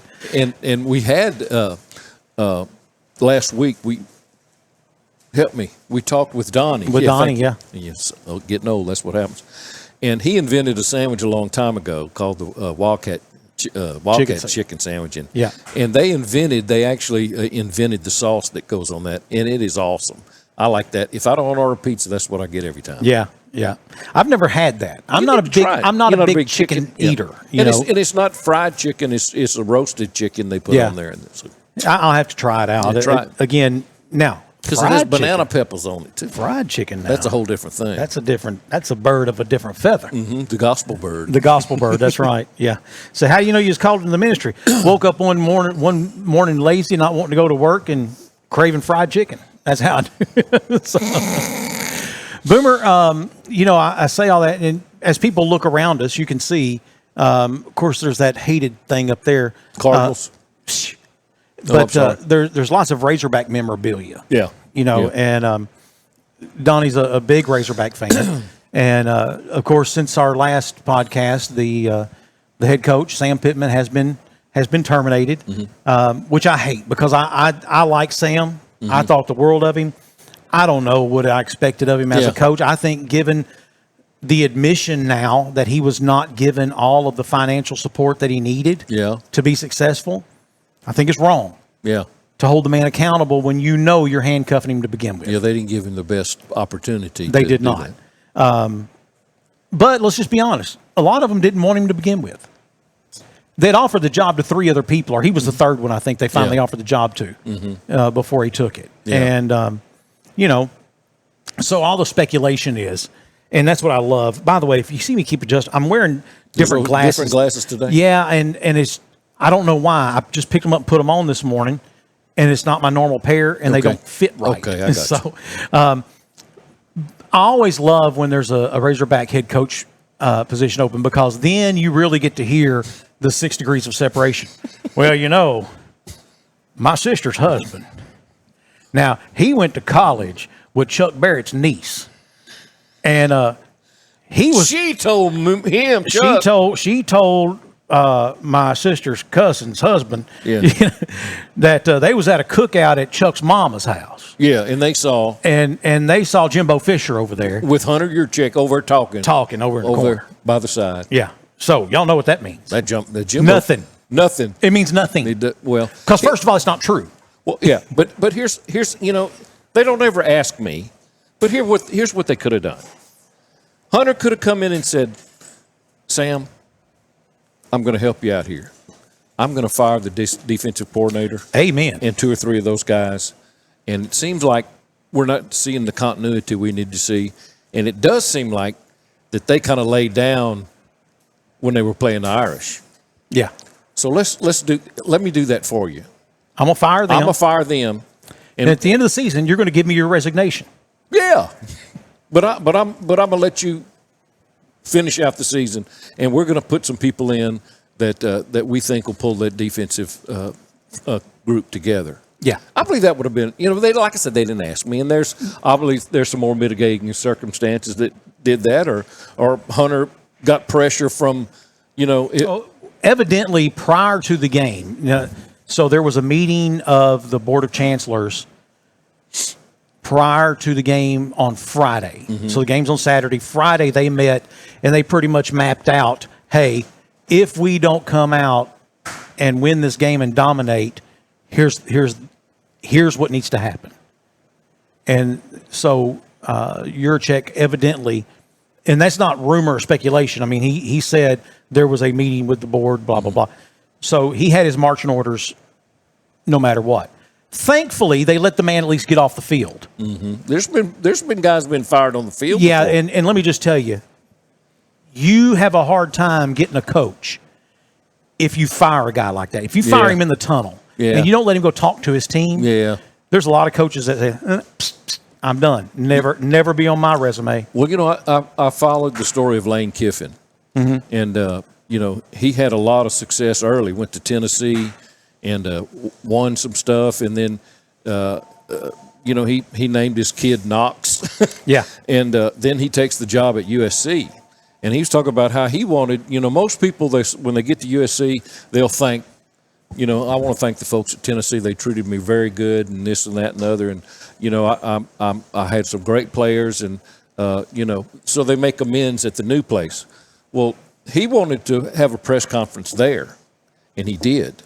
And then they wanted to ask him. He said, "Coach, you know, out of respect, you've been here 3 years, 2 years. Will you answer some questions?" And he walked outside. And I don't know if you remember, and I didn't, that the people of Tennessee rioted. I didn't remember there was riots outside, and it was not pretty. And so, you know, then he went. You know, he had some success. He's still having some success, but you know, talking about his regrets that. Well, he got fired at USC. Yeah, got fired at USC. And then he went to Alabama and worked for Nick Saban. He went to work for Nick Saban. And then he got the gig at Ole Miss. I'm not a Lane Kiffin fan. Well, I'm not either, and I hope he's not on the list. Yeah, no, he's not on the list. He's not on the list. Why would you leave Ole Miss to come to Arkansas? Yeah. I mean, I could see someone leaving Ole Miss to go to Alabama. I could see someone. Or Auburn. No, I couldn't see someone leaving Ole Miss to go to Auburn. Oh, I would. I could see him leaving Ole Miss to go to Georgia. Mm-hmm. I could see him leaving Ole Miss to go to Texas. But outside of that, I don't see an SEC school where you're like, that's a move up for me. LSU? I don't know that everyone sees LSU that way. You and I do, obviously. My thoughts are jaded because of my love for LSU. I think you and I see it that way. I'm not sure. I mean, LSU is storied. It is definitely one of the top jobs in the SEC, but so is Florida. I mean, think about it. In all honesty, there's not a lot of coaches out there that would say no to coaching at the University of Florida. Yeah, you're right. And I'm thinking Billy Napier's wishing he hadn't.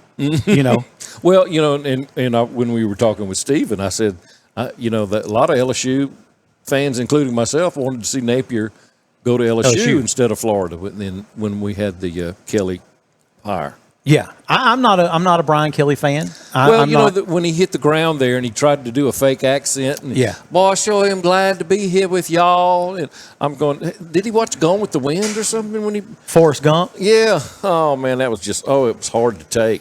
I was running. Yes. Then I went to the whole great state of Alabama, and I had to go to the White House again. Yeah. So but talking about those jobs in the SEC. So, there's a lot of names that are being tossed around. Rhett Lashley at SMU being one of them. Of course, obvious Arkansas connection. Yeah. His name is being Jimbo Fisher is a name that's being tossed around. Billy Napier is a name that's being tossed. Ed Orgeron is a name that's being thrown out there. Obviously, Bobby Petrino he's in the driver's seat. Now, look, he's got 7 games left. If he goes 5-2, he's going to be the next head coach. I think they'll call him again. He's still a Baptist. They'll call him. He'll get the call. Yeah, in view of a call. Yeah. Now, all of you can say whatever you want to on our Facebook page about who you think it's going to be and all that. I'll tell you, there's maybe a handful, very, very small handful of people I listen to. Anthony Cameron from El Dorado. Even though he doesn't live here now, I will listen. If Anthony says it's going to be so and so, I may have to put money on that. You think he has his ear to the ground? I think he knows a lot more than people give him credit for. Why has Gruden's name been mentioned? Well, because Gruden actually, first of all, he praised Arkansas heavily.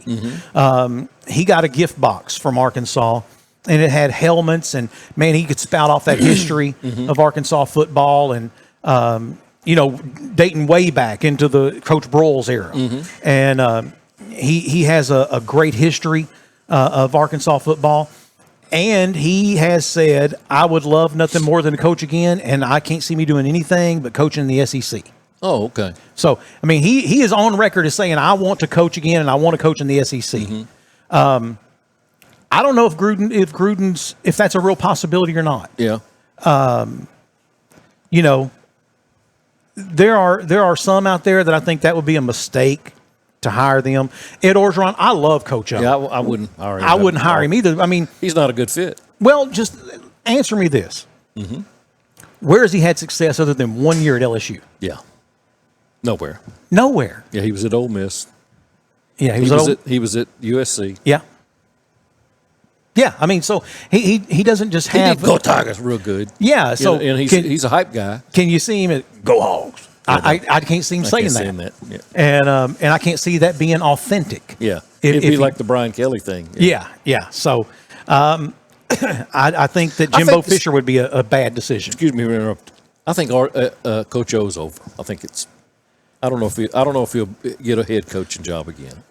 Well, he's actually said he doesn't care to be a head coach again. He said he wouldn't mind being defensive coordinator. Well, then an assistant coach. He can do assistant head coach somewhere. He can do that.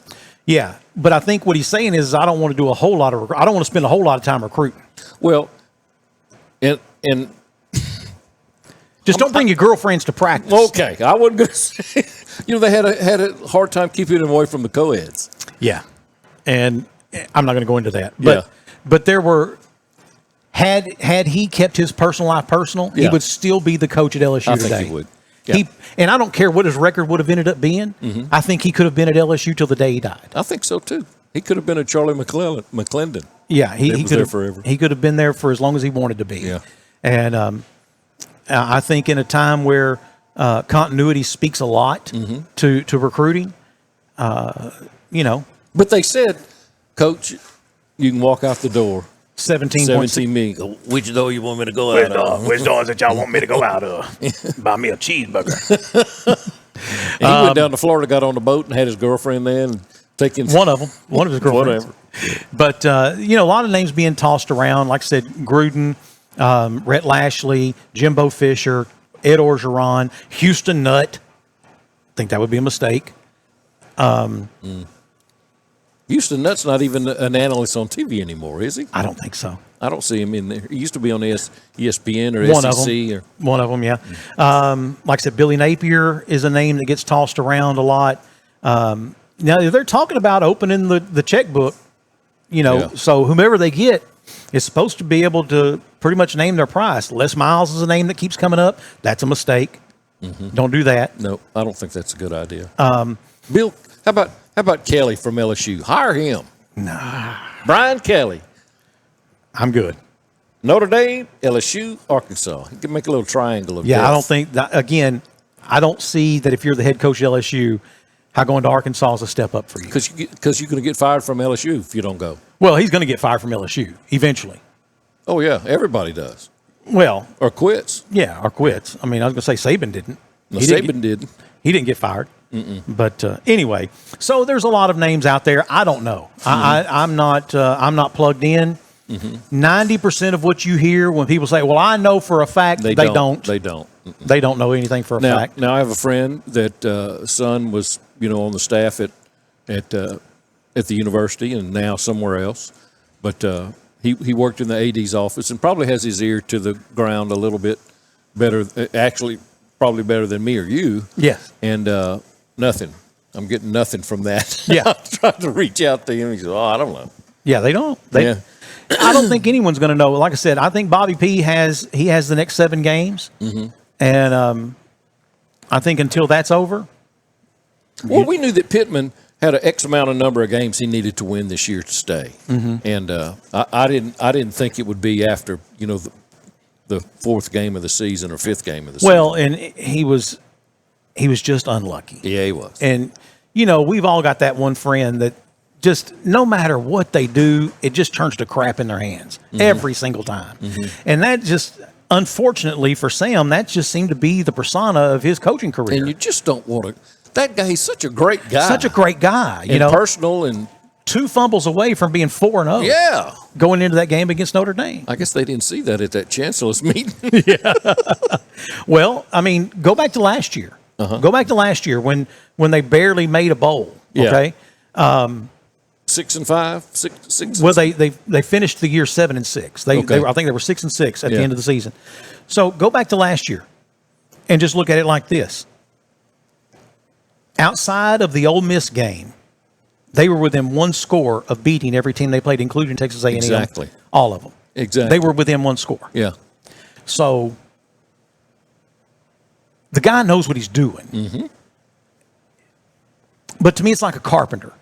You can build the best house, build the most beautiful home, but if you don't know how to hang crown molding, you don't know how to put door molding on, and the cabinet doors aren't on, you're not done with the work.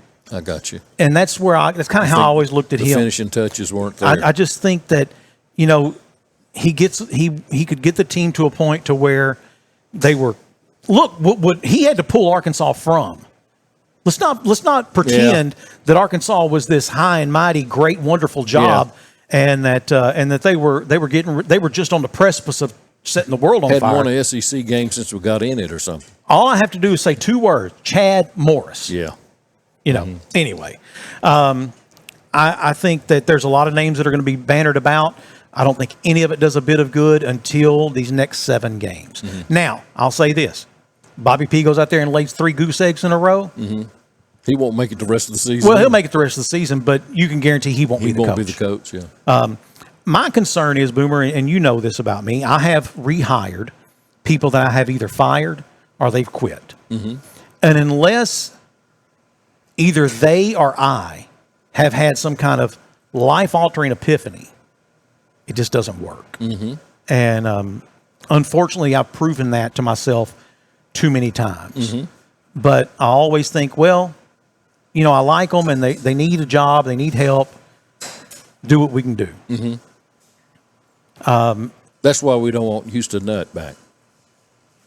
And frankly, in my opinion, Bobby Petrino. Yeah. I mean, Bobby went back to Louisville. That didn't work out so well. No, it didn't. So, I don't know. I mean, look, whoever the coach is going to be, I'm going to pull for him. Mm-hmm. Yeah. I don't think I ever pulled for Chad Morris. I thought that was a bad decision from day one. Mm-hmm. he was at SMU. He backed into a bowl game at SMU. He didn't coach him because he had already been named the head coach at Arkansas. He didn't coach him. His first signee as a recruit was a guy who was barely a 3-star. And he was thinking, man, this guy's going to set the world on fire. And, and again, my whole thing, all that coach speak. You and I have made fun of that over the years. Coach, what's it going to take to win this game? Well, we got to hold the ball, know our assignments, and we got to block where we're supposed to block, and we got to, not turn the ball over, and we got to, the offense has to go down and score, and defense has to hold them out of the end zone. That's what That sounds great, but that's all cliches. That doesn't tell me anything. That's common knowledge. We have to score more points than the other team. Yes, that's what it takes to win by definition. That's what I heard a whole lot of out of Chad Morris. Left lane, hammer down, never yield. Hashtag. And North Texas. The mean green. North Texas. I'm just saying. Can I say? I liked Brett Bielema. I thought Brett Bielema was a good coach. Brett Bielema was not a recruiter. The opposite of Les Miles. I don't think Les Miles is a very good coach, not an on-field general. I don't think he can think on the fly like that. His time management skills were terrible. Yeah. And, I kept wanting to get him Flavor Flav over there on the sideline with a clock hanging on him, Coach, got a timeout. Look at the time. Timeout, Coach. Man. But he could recruit. Yeah, he could. So I think Brett Bielema needed someone. How about Gus? Gus will never be the head coach at Arkansas. I will die on that hill. I like Gus, but I can tell you there's a whole lot of Arkansans who don't. Matter of fact, there's a whole lot of people who say the downfall of Arkansas football was when they hired Gus Miles. On. That it caused so much tension in the locker room, which eventually led to Houston Nutt leaving, which eventually led to Chad Morris being here. Yeah, and too much bad blood. Yeah, I think there's too many boosters who would walk away with the Gus Malzahn. Pretty good offensive mind. Just not going to happen. Yeah. Question. Those things. Name me a place. Okay, come on now. Where Gus Malzahn's been successful, other than Shiloh. Other than Shiloh, Chris. Honestly, there's just not a whole lot out there where you can. Yeah, he coached in a national championship game when Gene Chizik was the head coach at Auburn. He inherited some good teams and did okay with them. But once he ran out of those, Hugh Freeze is another one. I say the same thing about Hugh Freeze, because his name's come up. And I'm just like, name me a place he's been successful. As much as I don't want it to be Lane Kiffin. Lane Kiffin at least has a measured era of success in his career. And the guy at Oklahoma who went to USC. Yeah. Good-looking guy with nice hair. I can't remember his name. I'm just drawing a blank. Yeah, me too. On his name. I don't remember names. Right. I'm drawing a blank on his name. But anyway, he has a measured, verifiable era of success. Yeah. And look, there's only one Nick Saban. Okay, you're not going to get another Nick Saban, but not yet. Not yet. He's still maybe coming up in the ranks. Yeah, there's probably one out there, and he's probably the offensive line coach or defensive coordinator at Michigan or Ohio State or somewhere like that. I don't know. Yeah. I mean, think about it. Saban went from Michigan State to LSU to the NFL to Alabama, and so they're out there, but you're going to happen upon them. Yeah. You're not going to hire them as that person. Yeah. So it remains to be seen. I think that it's going to be interesting to watch. It's going to be frustrating to watch because so many people are going to be so wrong. Yeah. And the funny part to me is, so talking about our buddies at Drive Time Sports, in the last coach's search before Sam Pittman was hired, someone called in on Drive Time and said something came up about Malzahn.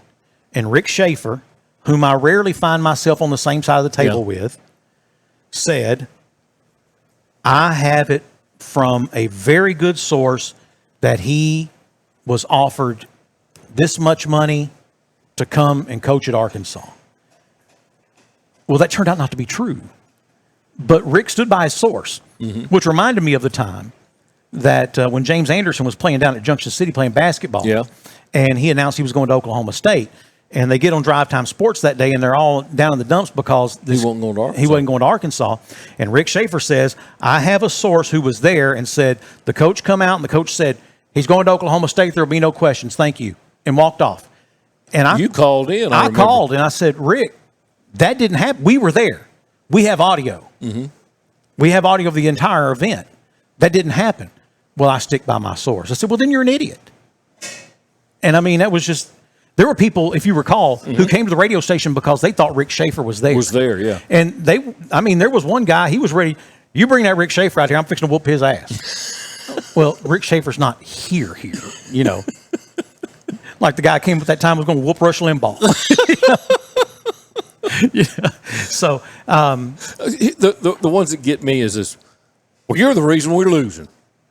If you're not cheering, everybody stand up and cheer now. Folks like you's the reason we're losing. I had a guy tell me that in the stands one time.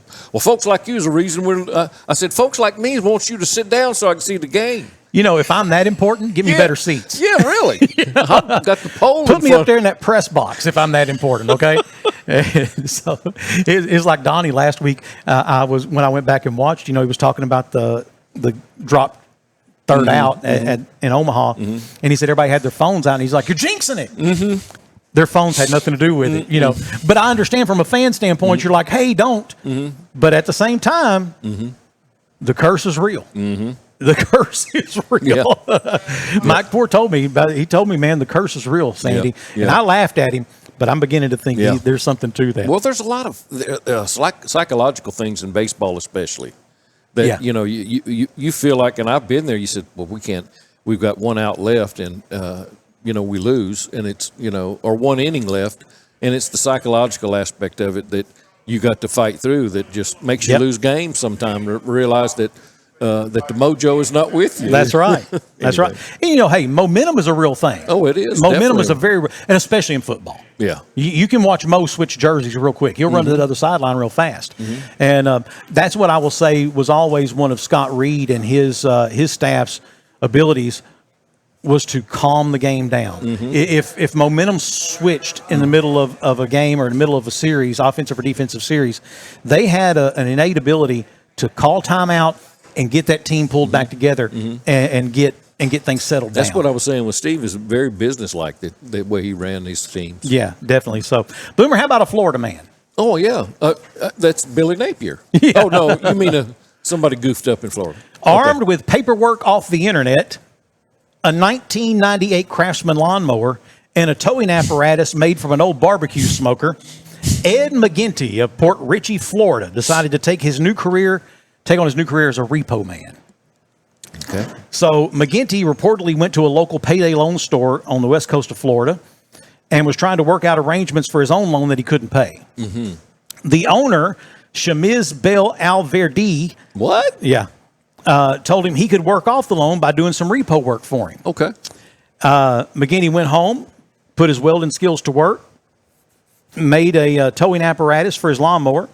After completing a 30-minute online course and paying $50 for bond insurance, McGinty printed off his credentials and took out to repo a truck belonging to Myrtle Littleton, known to almost everyone, and as Big Myrtle in Port Richey as Aunt Myrtle. Aunt Myrtle, okay. That truck of hers was used as collateral and was 20 days past due. Okay. Driving his lawnmower / tow rig up to her home, dressed in a pink neon safety vest and a Hawaiian shirt, Ed used an orange tow strap to put around the rear wheels of the truck. He was able to lift the truck off the ground and began to pull away when Aunt Myrtle ran outside to stop him. He explained to her that her son had used the truck as collateral and was overdue on paying the loan back. They argued for a minute. She went inside to call her son. While she did, Ed attempted to pull away. The tow strap broke and wrapped around a flamingo yard ornament and hurled the bird at Ed. Ed, who had just turned around to see what had happened, caught the flamingo's leg as it impaled him in the stomach. Woof. Yeah. He fell from his lawnmower, which in turn sped across the road, the small street, into the rear of a 2012 Mercedes parked at Tanya Miller's home. Oh, dear Lord. Miller heard the racket, came outside. Quote, first I saw a man laying on the ground screaming, and I thought it was a real flamingo that was attacking him. Then I realized it was a lawn ornament. Then Aunt Myrtle came outside and she started laughing. She laughed so hard she began to clutch herself in her crotch and started screaming between breaths, I think I just peed. I think I just peed. That's according to Miss Miller and according to the police reports. My Lord. McGarity was taken to a local hospital where he is still being kept after surgery for his abdomen. Florida law does not recognize the certification he had downloaded. You need either an EE or /E recovery license. You have to pass a background check, a CDL license, and register with the Florida Department of Agriculture and Consumer Services. He didn't have any of that. He didn't have any of that. He had him an online course. Plus he was trying to tow it with a lawnmower. With a lawnmower. Yeah. And he got impaled by a flamingo yard ornament. Yard ornament. I've always heard they're very dangerous. Yeah, well, obviously. So, all right, we're going to take a break. When we come back, Boomer, we have Drunk, High, or Stupid. Okay. And then some local events going on around the area. Cool. We'll be back with more of Off the Back Porch right after this. Whether it's protecting families from the predators in nature, to helping food taste better and last longer naturally, or just making sure the local ball field is at its best, Lanxess is involved in our everyday lives. With more than 450 employees locally and more than $32 million in payroll each year, Lanxess is doing their part to be a good neighbor and leader in South Arkansas. With that in mind, remember to call before you dig. Know what's below. In Arkansas, it's the law and it's a free service. Call 811 before you dig. This brought to you by Lanxess.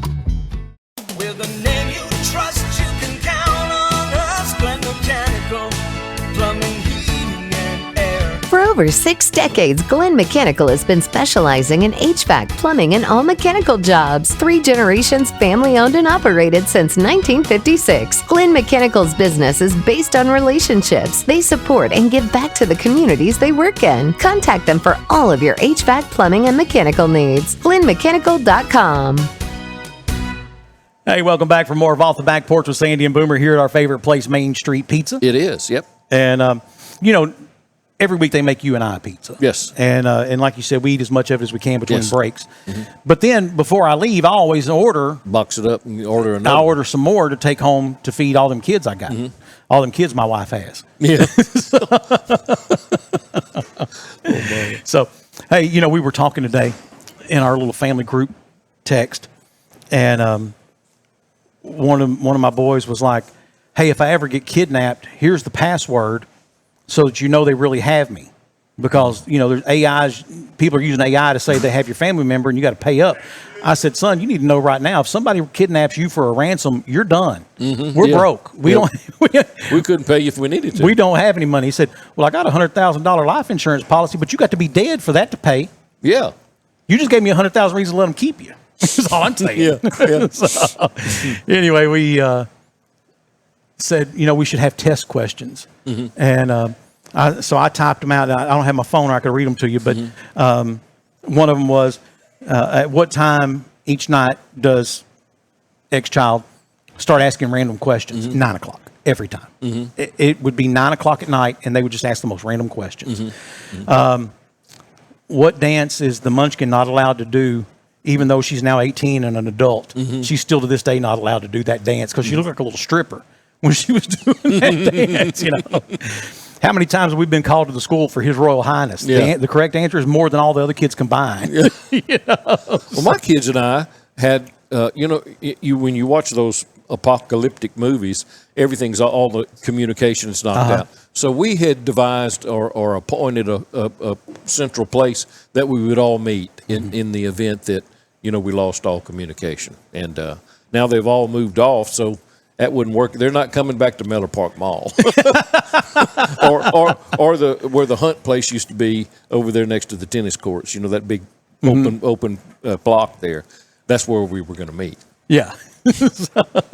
But they, one of them lives in Minnesota, one of them lives in Rogers, and one of them lives in Mendon, one of them lives here. So it'd be just us and her. The rest of them got to fend for themselves. They got to figure their own way out. Yeah. That's right. So, hey, Boomer, how about it? There it is. Drunk, high, or stupid. Yep. Yeah. Leroy Roosevelt. Leroy walked barefoot into a gas station in South Chicago at 2:14 a.m. Not in South Chicago. When he tried to pay for a gas station burrito with a coupon he had found in the seat of his car that had expired in 2020. The manager politely asked him to leave, and 2 deputies showed up for a trespassing complaint. Okay. Evidently, Leroy didn't want to leave, is what I'm gathering from that. Leroy tries to fight the police, then he jumps in his car and speeds away and gets away from the cops, and he ends up at the at a heliport. Okay. And now he knows the cops are looking for him. Yeah. And they're going to find him. Yeah. So he does what any natural person would do. Okay, what? He gets his phone out and he looks up a YouTube video on how to start a helicopter. Oh, my Lord.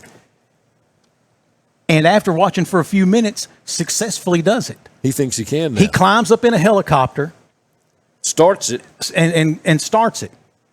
Well, the blades churning woke Marissa Mags Gallagher, who was asleep in the hangar. She walked outside and ordered him to kill the rotors and exit the helicopter.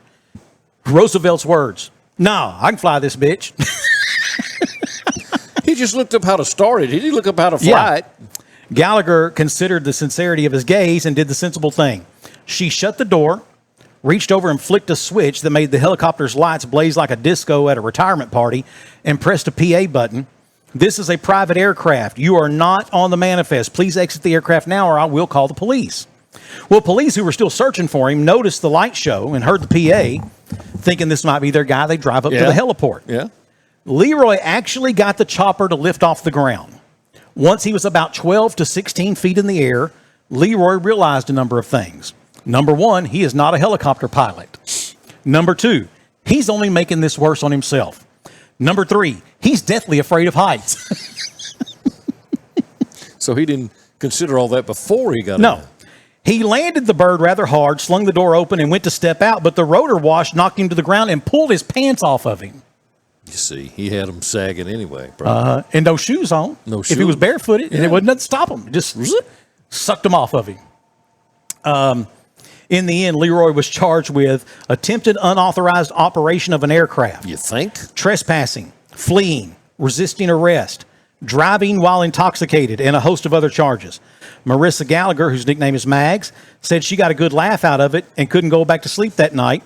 She said if this case goes to court, she hopes to see him there because she bought the book Helicopter Piloting for Dummies and she plans to give it to him at the trial. That's cool. So, Boomer, Mags is something. Here's your question. All of it. Leroy Roosevelt, was Yeah. he drunk, high, or stupid? Drunk. Stupid. We definitely know he was drunk. Drunk. Because he was charged with driving while intoxicated. Yeah. So, I mean, stupid, but I don't know about high. I don't know I don't even know if I'm going to go stupid, and here's why. He was smart enough to figure out once he was about 16 feet off the ground, ooh, this ain't going to end well. But if you had any smarts, you would have figured that on the front end. Yeah, well, I'm not saying all smarts are created equal. No. So I'm just saying There's degrees of smarts. At some point, he had enough sense to land that helicopter. He may have been self-smarted. What would they have done if he took off in that helicopter, though? What would he have done if he took off in that helicopter afraid of heights? Oh, Lord, what am I going to do? Yeah, there's all kind of stuff to run into. There's power lines. Yeah. You know, I don't like heights. You don't? No. Matter of fact, if I'm watching a TV show and they look, I don't like look that. over the edge of something like that. No, I don't like or that. I'm watching a TikTok and, you know, it's bungee jumping and all that. It makes my stomach queasy. And I just don't, I'm not a heights person. But yet, tell me why I constantly have dreams of either flying an airplane, I'm piloting an airplane, Me too. a helicopter, or one of them go-kart things with a hang glider on it. It's got a big fan behind it. Yeah. I've never been in that. I have those dreams all the time. And I do too. And it's the power line's always coming into play with me. Power lines, treetops, houses. That all the time have those dreams. Well, let me interpret your dream. I'm kind of like David in this. It wasn't David, it was Joseph, but go ahead. David interpreted dreams for the Nebuchadnezzar. I think you're thinking of Daniel, but okay. Yeah, him too. Yeah, okay. His nickname was David. Oh, okay. Y'all know David. Oh, okay. Y'all call him Daniel. I think actually they called him Belshazzar. Belshazzar. Yeah. Those three asbestos Jews is what Daddy called them. Three asbestos Jews. Shadrach, Meshach, and to bed we go. Yeah. So flying means you have visions of excelling at stuff. Okay. I read that. And running into stuff means you doubt if you can do it. You know, you have your doubts about stuff too. Now, when I was little, I guess I'd seen Peter Pan or or all them little flying cartoons, Superman, because I was always flying around. I was up when I was little. And but then I have this one dream, and you interpret this dream for me, and it's easy. You know, I grew up on the coast, so hurricanes all the time. I dreamt that there was a hurricane, and my sister and I were on the top of a house floating down the Atchafalaya right there at Morgan City past the bridge and between the bridge and the railroad bridge. And we were on the very peak of a tin roof. The house was floating in the water. My sister says, hold on so you won't fall. And I'm a little bitty kid. So I slip down, I fall down, and I'm about to hit the water, and a big fish opens its mouth and swallows me, and I wake up. So what was all that about? You supposed to have been Jonah. You were supposed to go to Nineveh. You see, I had all that. Yeah. I had the fear of flooding in a hurricane, and I done heard that story about the fish, large fish swallowing that boy up in there because he wouldn't go to Nineveh. And Mom and Dad said, we got to go to Patterson or Berwick. I said, I don't want to go to Patterson or Berwick. And the fish swallowed me. Yeah. You think that's it? I have no idea. Why are you looking at me like I'm crazy? Well, because you are. That was just a dream I had. You're talking about a dream you had now. Well, you know, of course, I still have the, I was in radio long enough that I still have the dream of the song is ending. Yeah, and you can't. I can't get in the studio. Yeah, nothing else. I can't find the door to get it's locked. To do what you need to do. Yeah. Or I'm, you know, we at our radio station, the last one Boomer and I worked together, there was a speaker in the restroom, and you could hear what was going. And I have still dreamt that I'm hearing that song end, and I can't get there. I can't get there. I can't leave the restroom.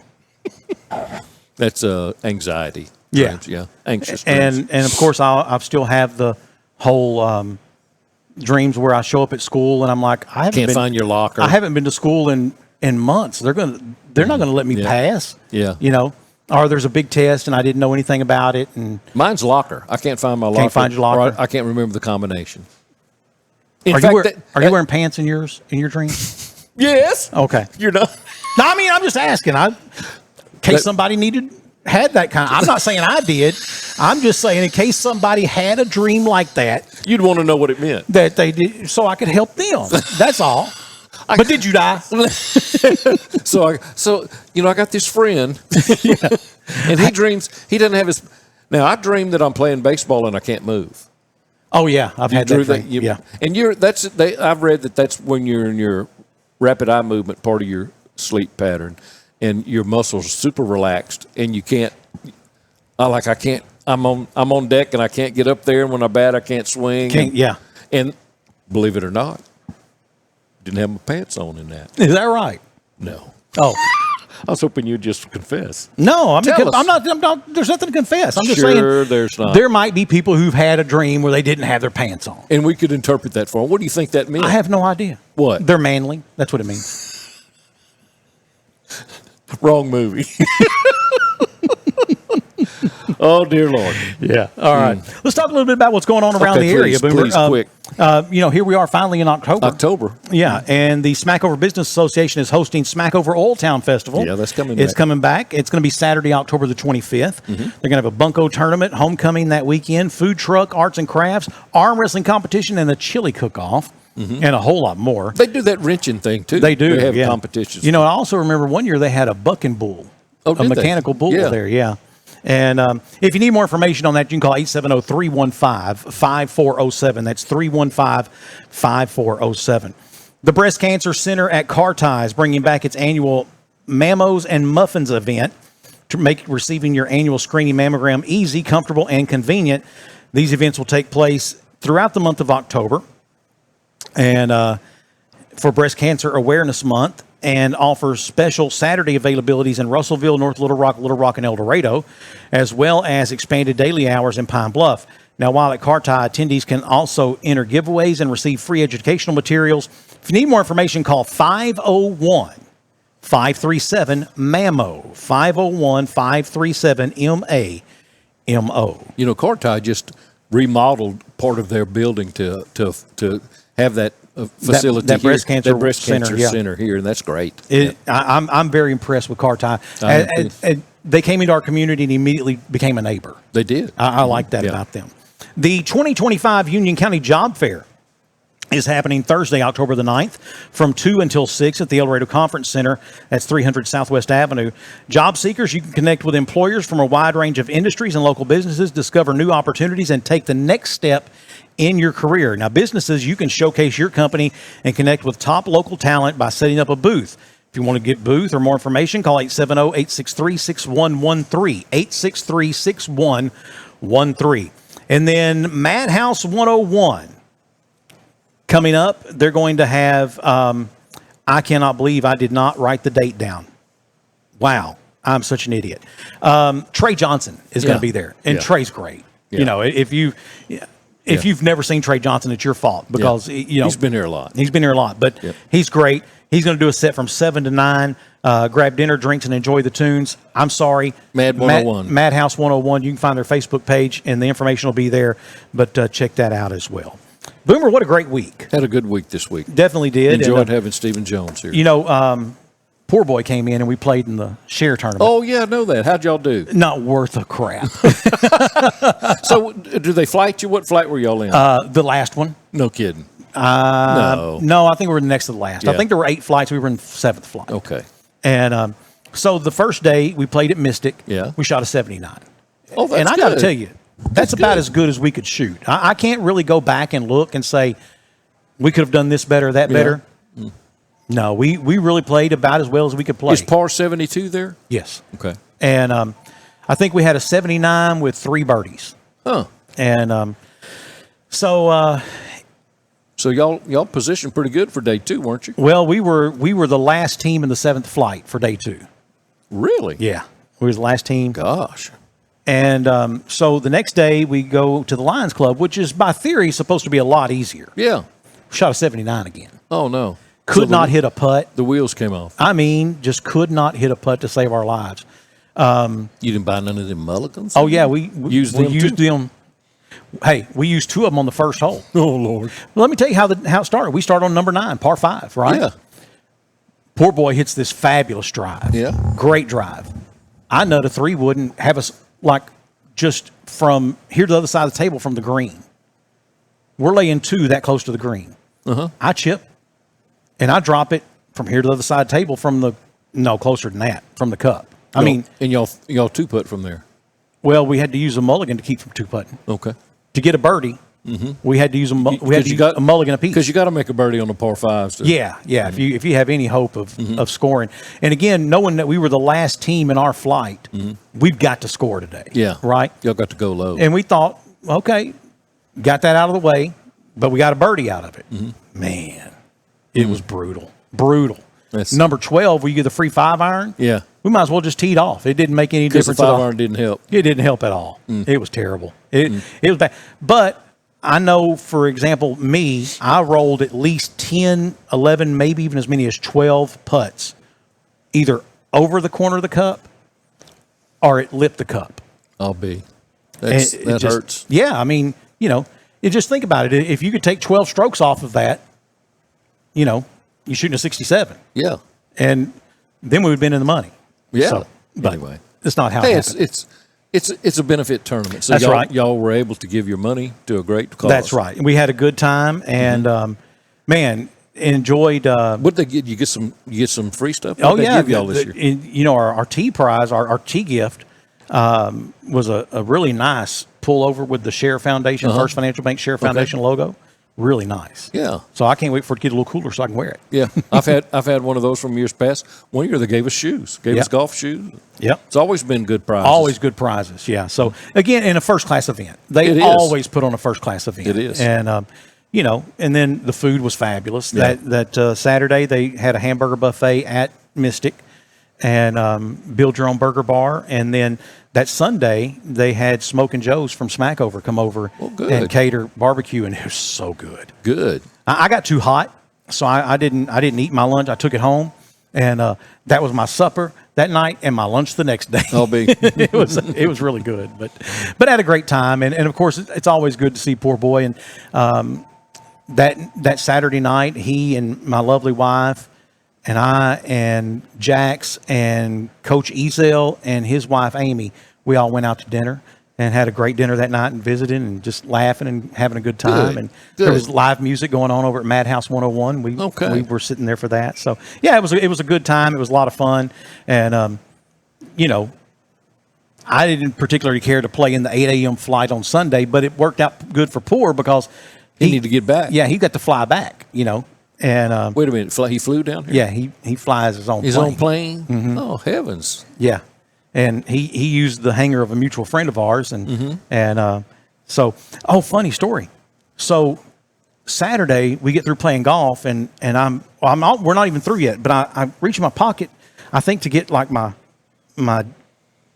ball marker or something, you know, and I'm like, what is that? And I pull, and I've got this skeleton key. I'm like, where'd this come from? And it looks a whole lot like my safety deposit box key. But I checked, no, my safety deposit box key is there, which also kind of resembles my post office box key. So I check it, nope, I have that. Where did this key come from? So I just put it back in my pocket. I go home and I show it to my wife, and she's like, who been slipping their keys in your pocket? And I was like, nobody, baby. Look at me. Ain't nobody slipping their keys in my pocket. So I don't know, you know, go play golf Sunday, take Mike out to our friend's hangar, and I realized where that key came from. Oh, it's the key to the hangar. It's the key to the hangar. Well, that key's now on my dresser at my house, so we have to turn around, go back to my house. Oh, you didn't carry it with you, and get the key, and then come back out there. Then I remember where the key was from. Boy, that's you having a boomer moment. I was, and I actually said that to Mike. I told him for that. I was having a boomer moment. Yeah, like when I tried to neuter my dog 2 times. That's right. That's a reason that dog was mean. Yeah, I'm just telling you. He will bite you. Yep, he bit you. He just bit you. Yeah. So that's going to do it for us this week. Hey, we really appreciate you tuning in. And until next week, we really hope you will tune in to the Wildcat game coming up this Friday, live from Marion, Arkansas. El Dorado Wildcats 3-1. After a big win over Catholic last week. And that game was never even as close as the score says. Catholic scored on a couple of fluke plays, you know, razzle-dazzles and stuff like that. So that game was never actually that close. So El Dorado will find out this week because they're playing Marion. Marion's ranked number 4 in the state. El Dorado ranked number 5. So it's going to be a clash this week to see who comes out. I'll be able to watch it this week. Yeah, you can watch it. You can watch it either on our Facebook page at South Arkansas Now, or you can go to YouTube and search South Arkansas Now. We have a YouTube channel, and it's there. Man, we had it on. I had it on. Of course, I'm producing the game from the studio, but I had it on in another room. And every now and then I go in there and look at it, and I was just so blown away. Just that big screen, how it looks on there. Yeah. It's so cool, man. Good. And I was getting pictures from friends of mine who was like, man, game looks great. They were sending me pictures of their TV. They were watching it on YouTube TV as well. So be sure you tune in for that game. And, of course, every Tuesday night at 6 p.m., live from Mystic Grill at Mystic Creek Golf Club is 5th and Goal, which is the weekly coaches show with Jax Sanford hosts with the coaches from around the county. And he had a great show last night or this week. He had a great show, and it was, you know, man, to really hear those coaches. And again, they don't come in doing a bunch of coach speak. You know, they tell you really, hey, we're expecting this team to do this. Or I heard one coach last night, he said they're not as fast as us. He said, as far as build, strength, they're right there with us, but they're not as fast as us. Yeah, and speed kills. We're going to win because we're faster than them. And I mean, he just put it out there like that. And you know, this week Jax had Byron Jones, former Razorback, who's now the defensive coordinator at Junction City. He was on there to talk about Junction football, and you know, he takes, of course, being a former player there, he takes great pride in that Junction football team. And he talked about playing Dragon Ball. And he said, people ask him, what is Dragon Ball? He said, our whole goal is to 3 times a game to take the ball away from you on 1st or 2nd down. And he said, that's Dragon Ball. Ooh, that's good. And, you know, it's one thing to say, hey, bend, but don't break. It's a whole other thing to say, take the ball away from them. So they're trying all the time to get it. They're trying all the time to get it. And, you know, that's the mentality it takes. Had a new coach this week. For El Dorado, young coach. He's the wide receiver coach, and I apologize, I don't recall his name. I think his last name was Carroll. But anyway, he was there this week, and just to hear him talk, and his dad was a head coach, and he started off working for his dad, and then came to work for the head coach at El Dorado, and he's sharp. Yeah. He's very, very smart. That young man, give him a few more years of experience, maybe let him move up to an offensive coordinator somewhere, and then you'll be hearing him as a head coach. That's good. He's sharp. He's good. Very impressive. And I think about like the coach from Parker's Chapel. They're 0-4. It can't be easy to come to a good coach's show when you're 0-4. But what he said the other day was, he said, look, this team we played, they're undefeated. And he said, they beat this team 60-something to nothing. He said, our whole goal is can we be better? Can we just be better than we were last week? Can we be better than that team was? Yeah. And he said, we lost 48-0. He said, but we also kept them out of the end zone this number of times, and so you find those positives that you can build on. And he said that's what Parker's Chapel's just in their second year of having a football program again. Then of course Smackover, who's leading the world right now. I mean Smackover, but now they've got to play Bismarck this week, and Bismarck's a tough team too. So they got that kid that's pretty excellent. They've got a number of horses. They got a number of stallions in the stable at Smackover. But they've got a great football team over there. And Coach Porter, what he's done has been something to behold. So anyway, all of that being said, a lot of great football going on. So don't miss the Coach's Show every Tuesday at 6:00 with Jax. All right. Until the same time next week. Thank you so much for tuning in. God bless.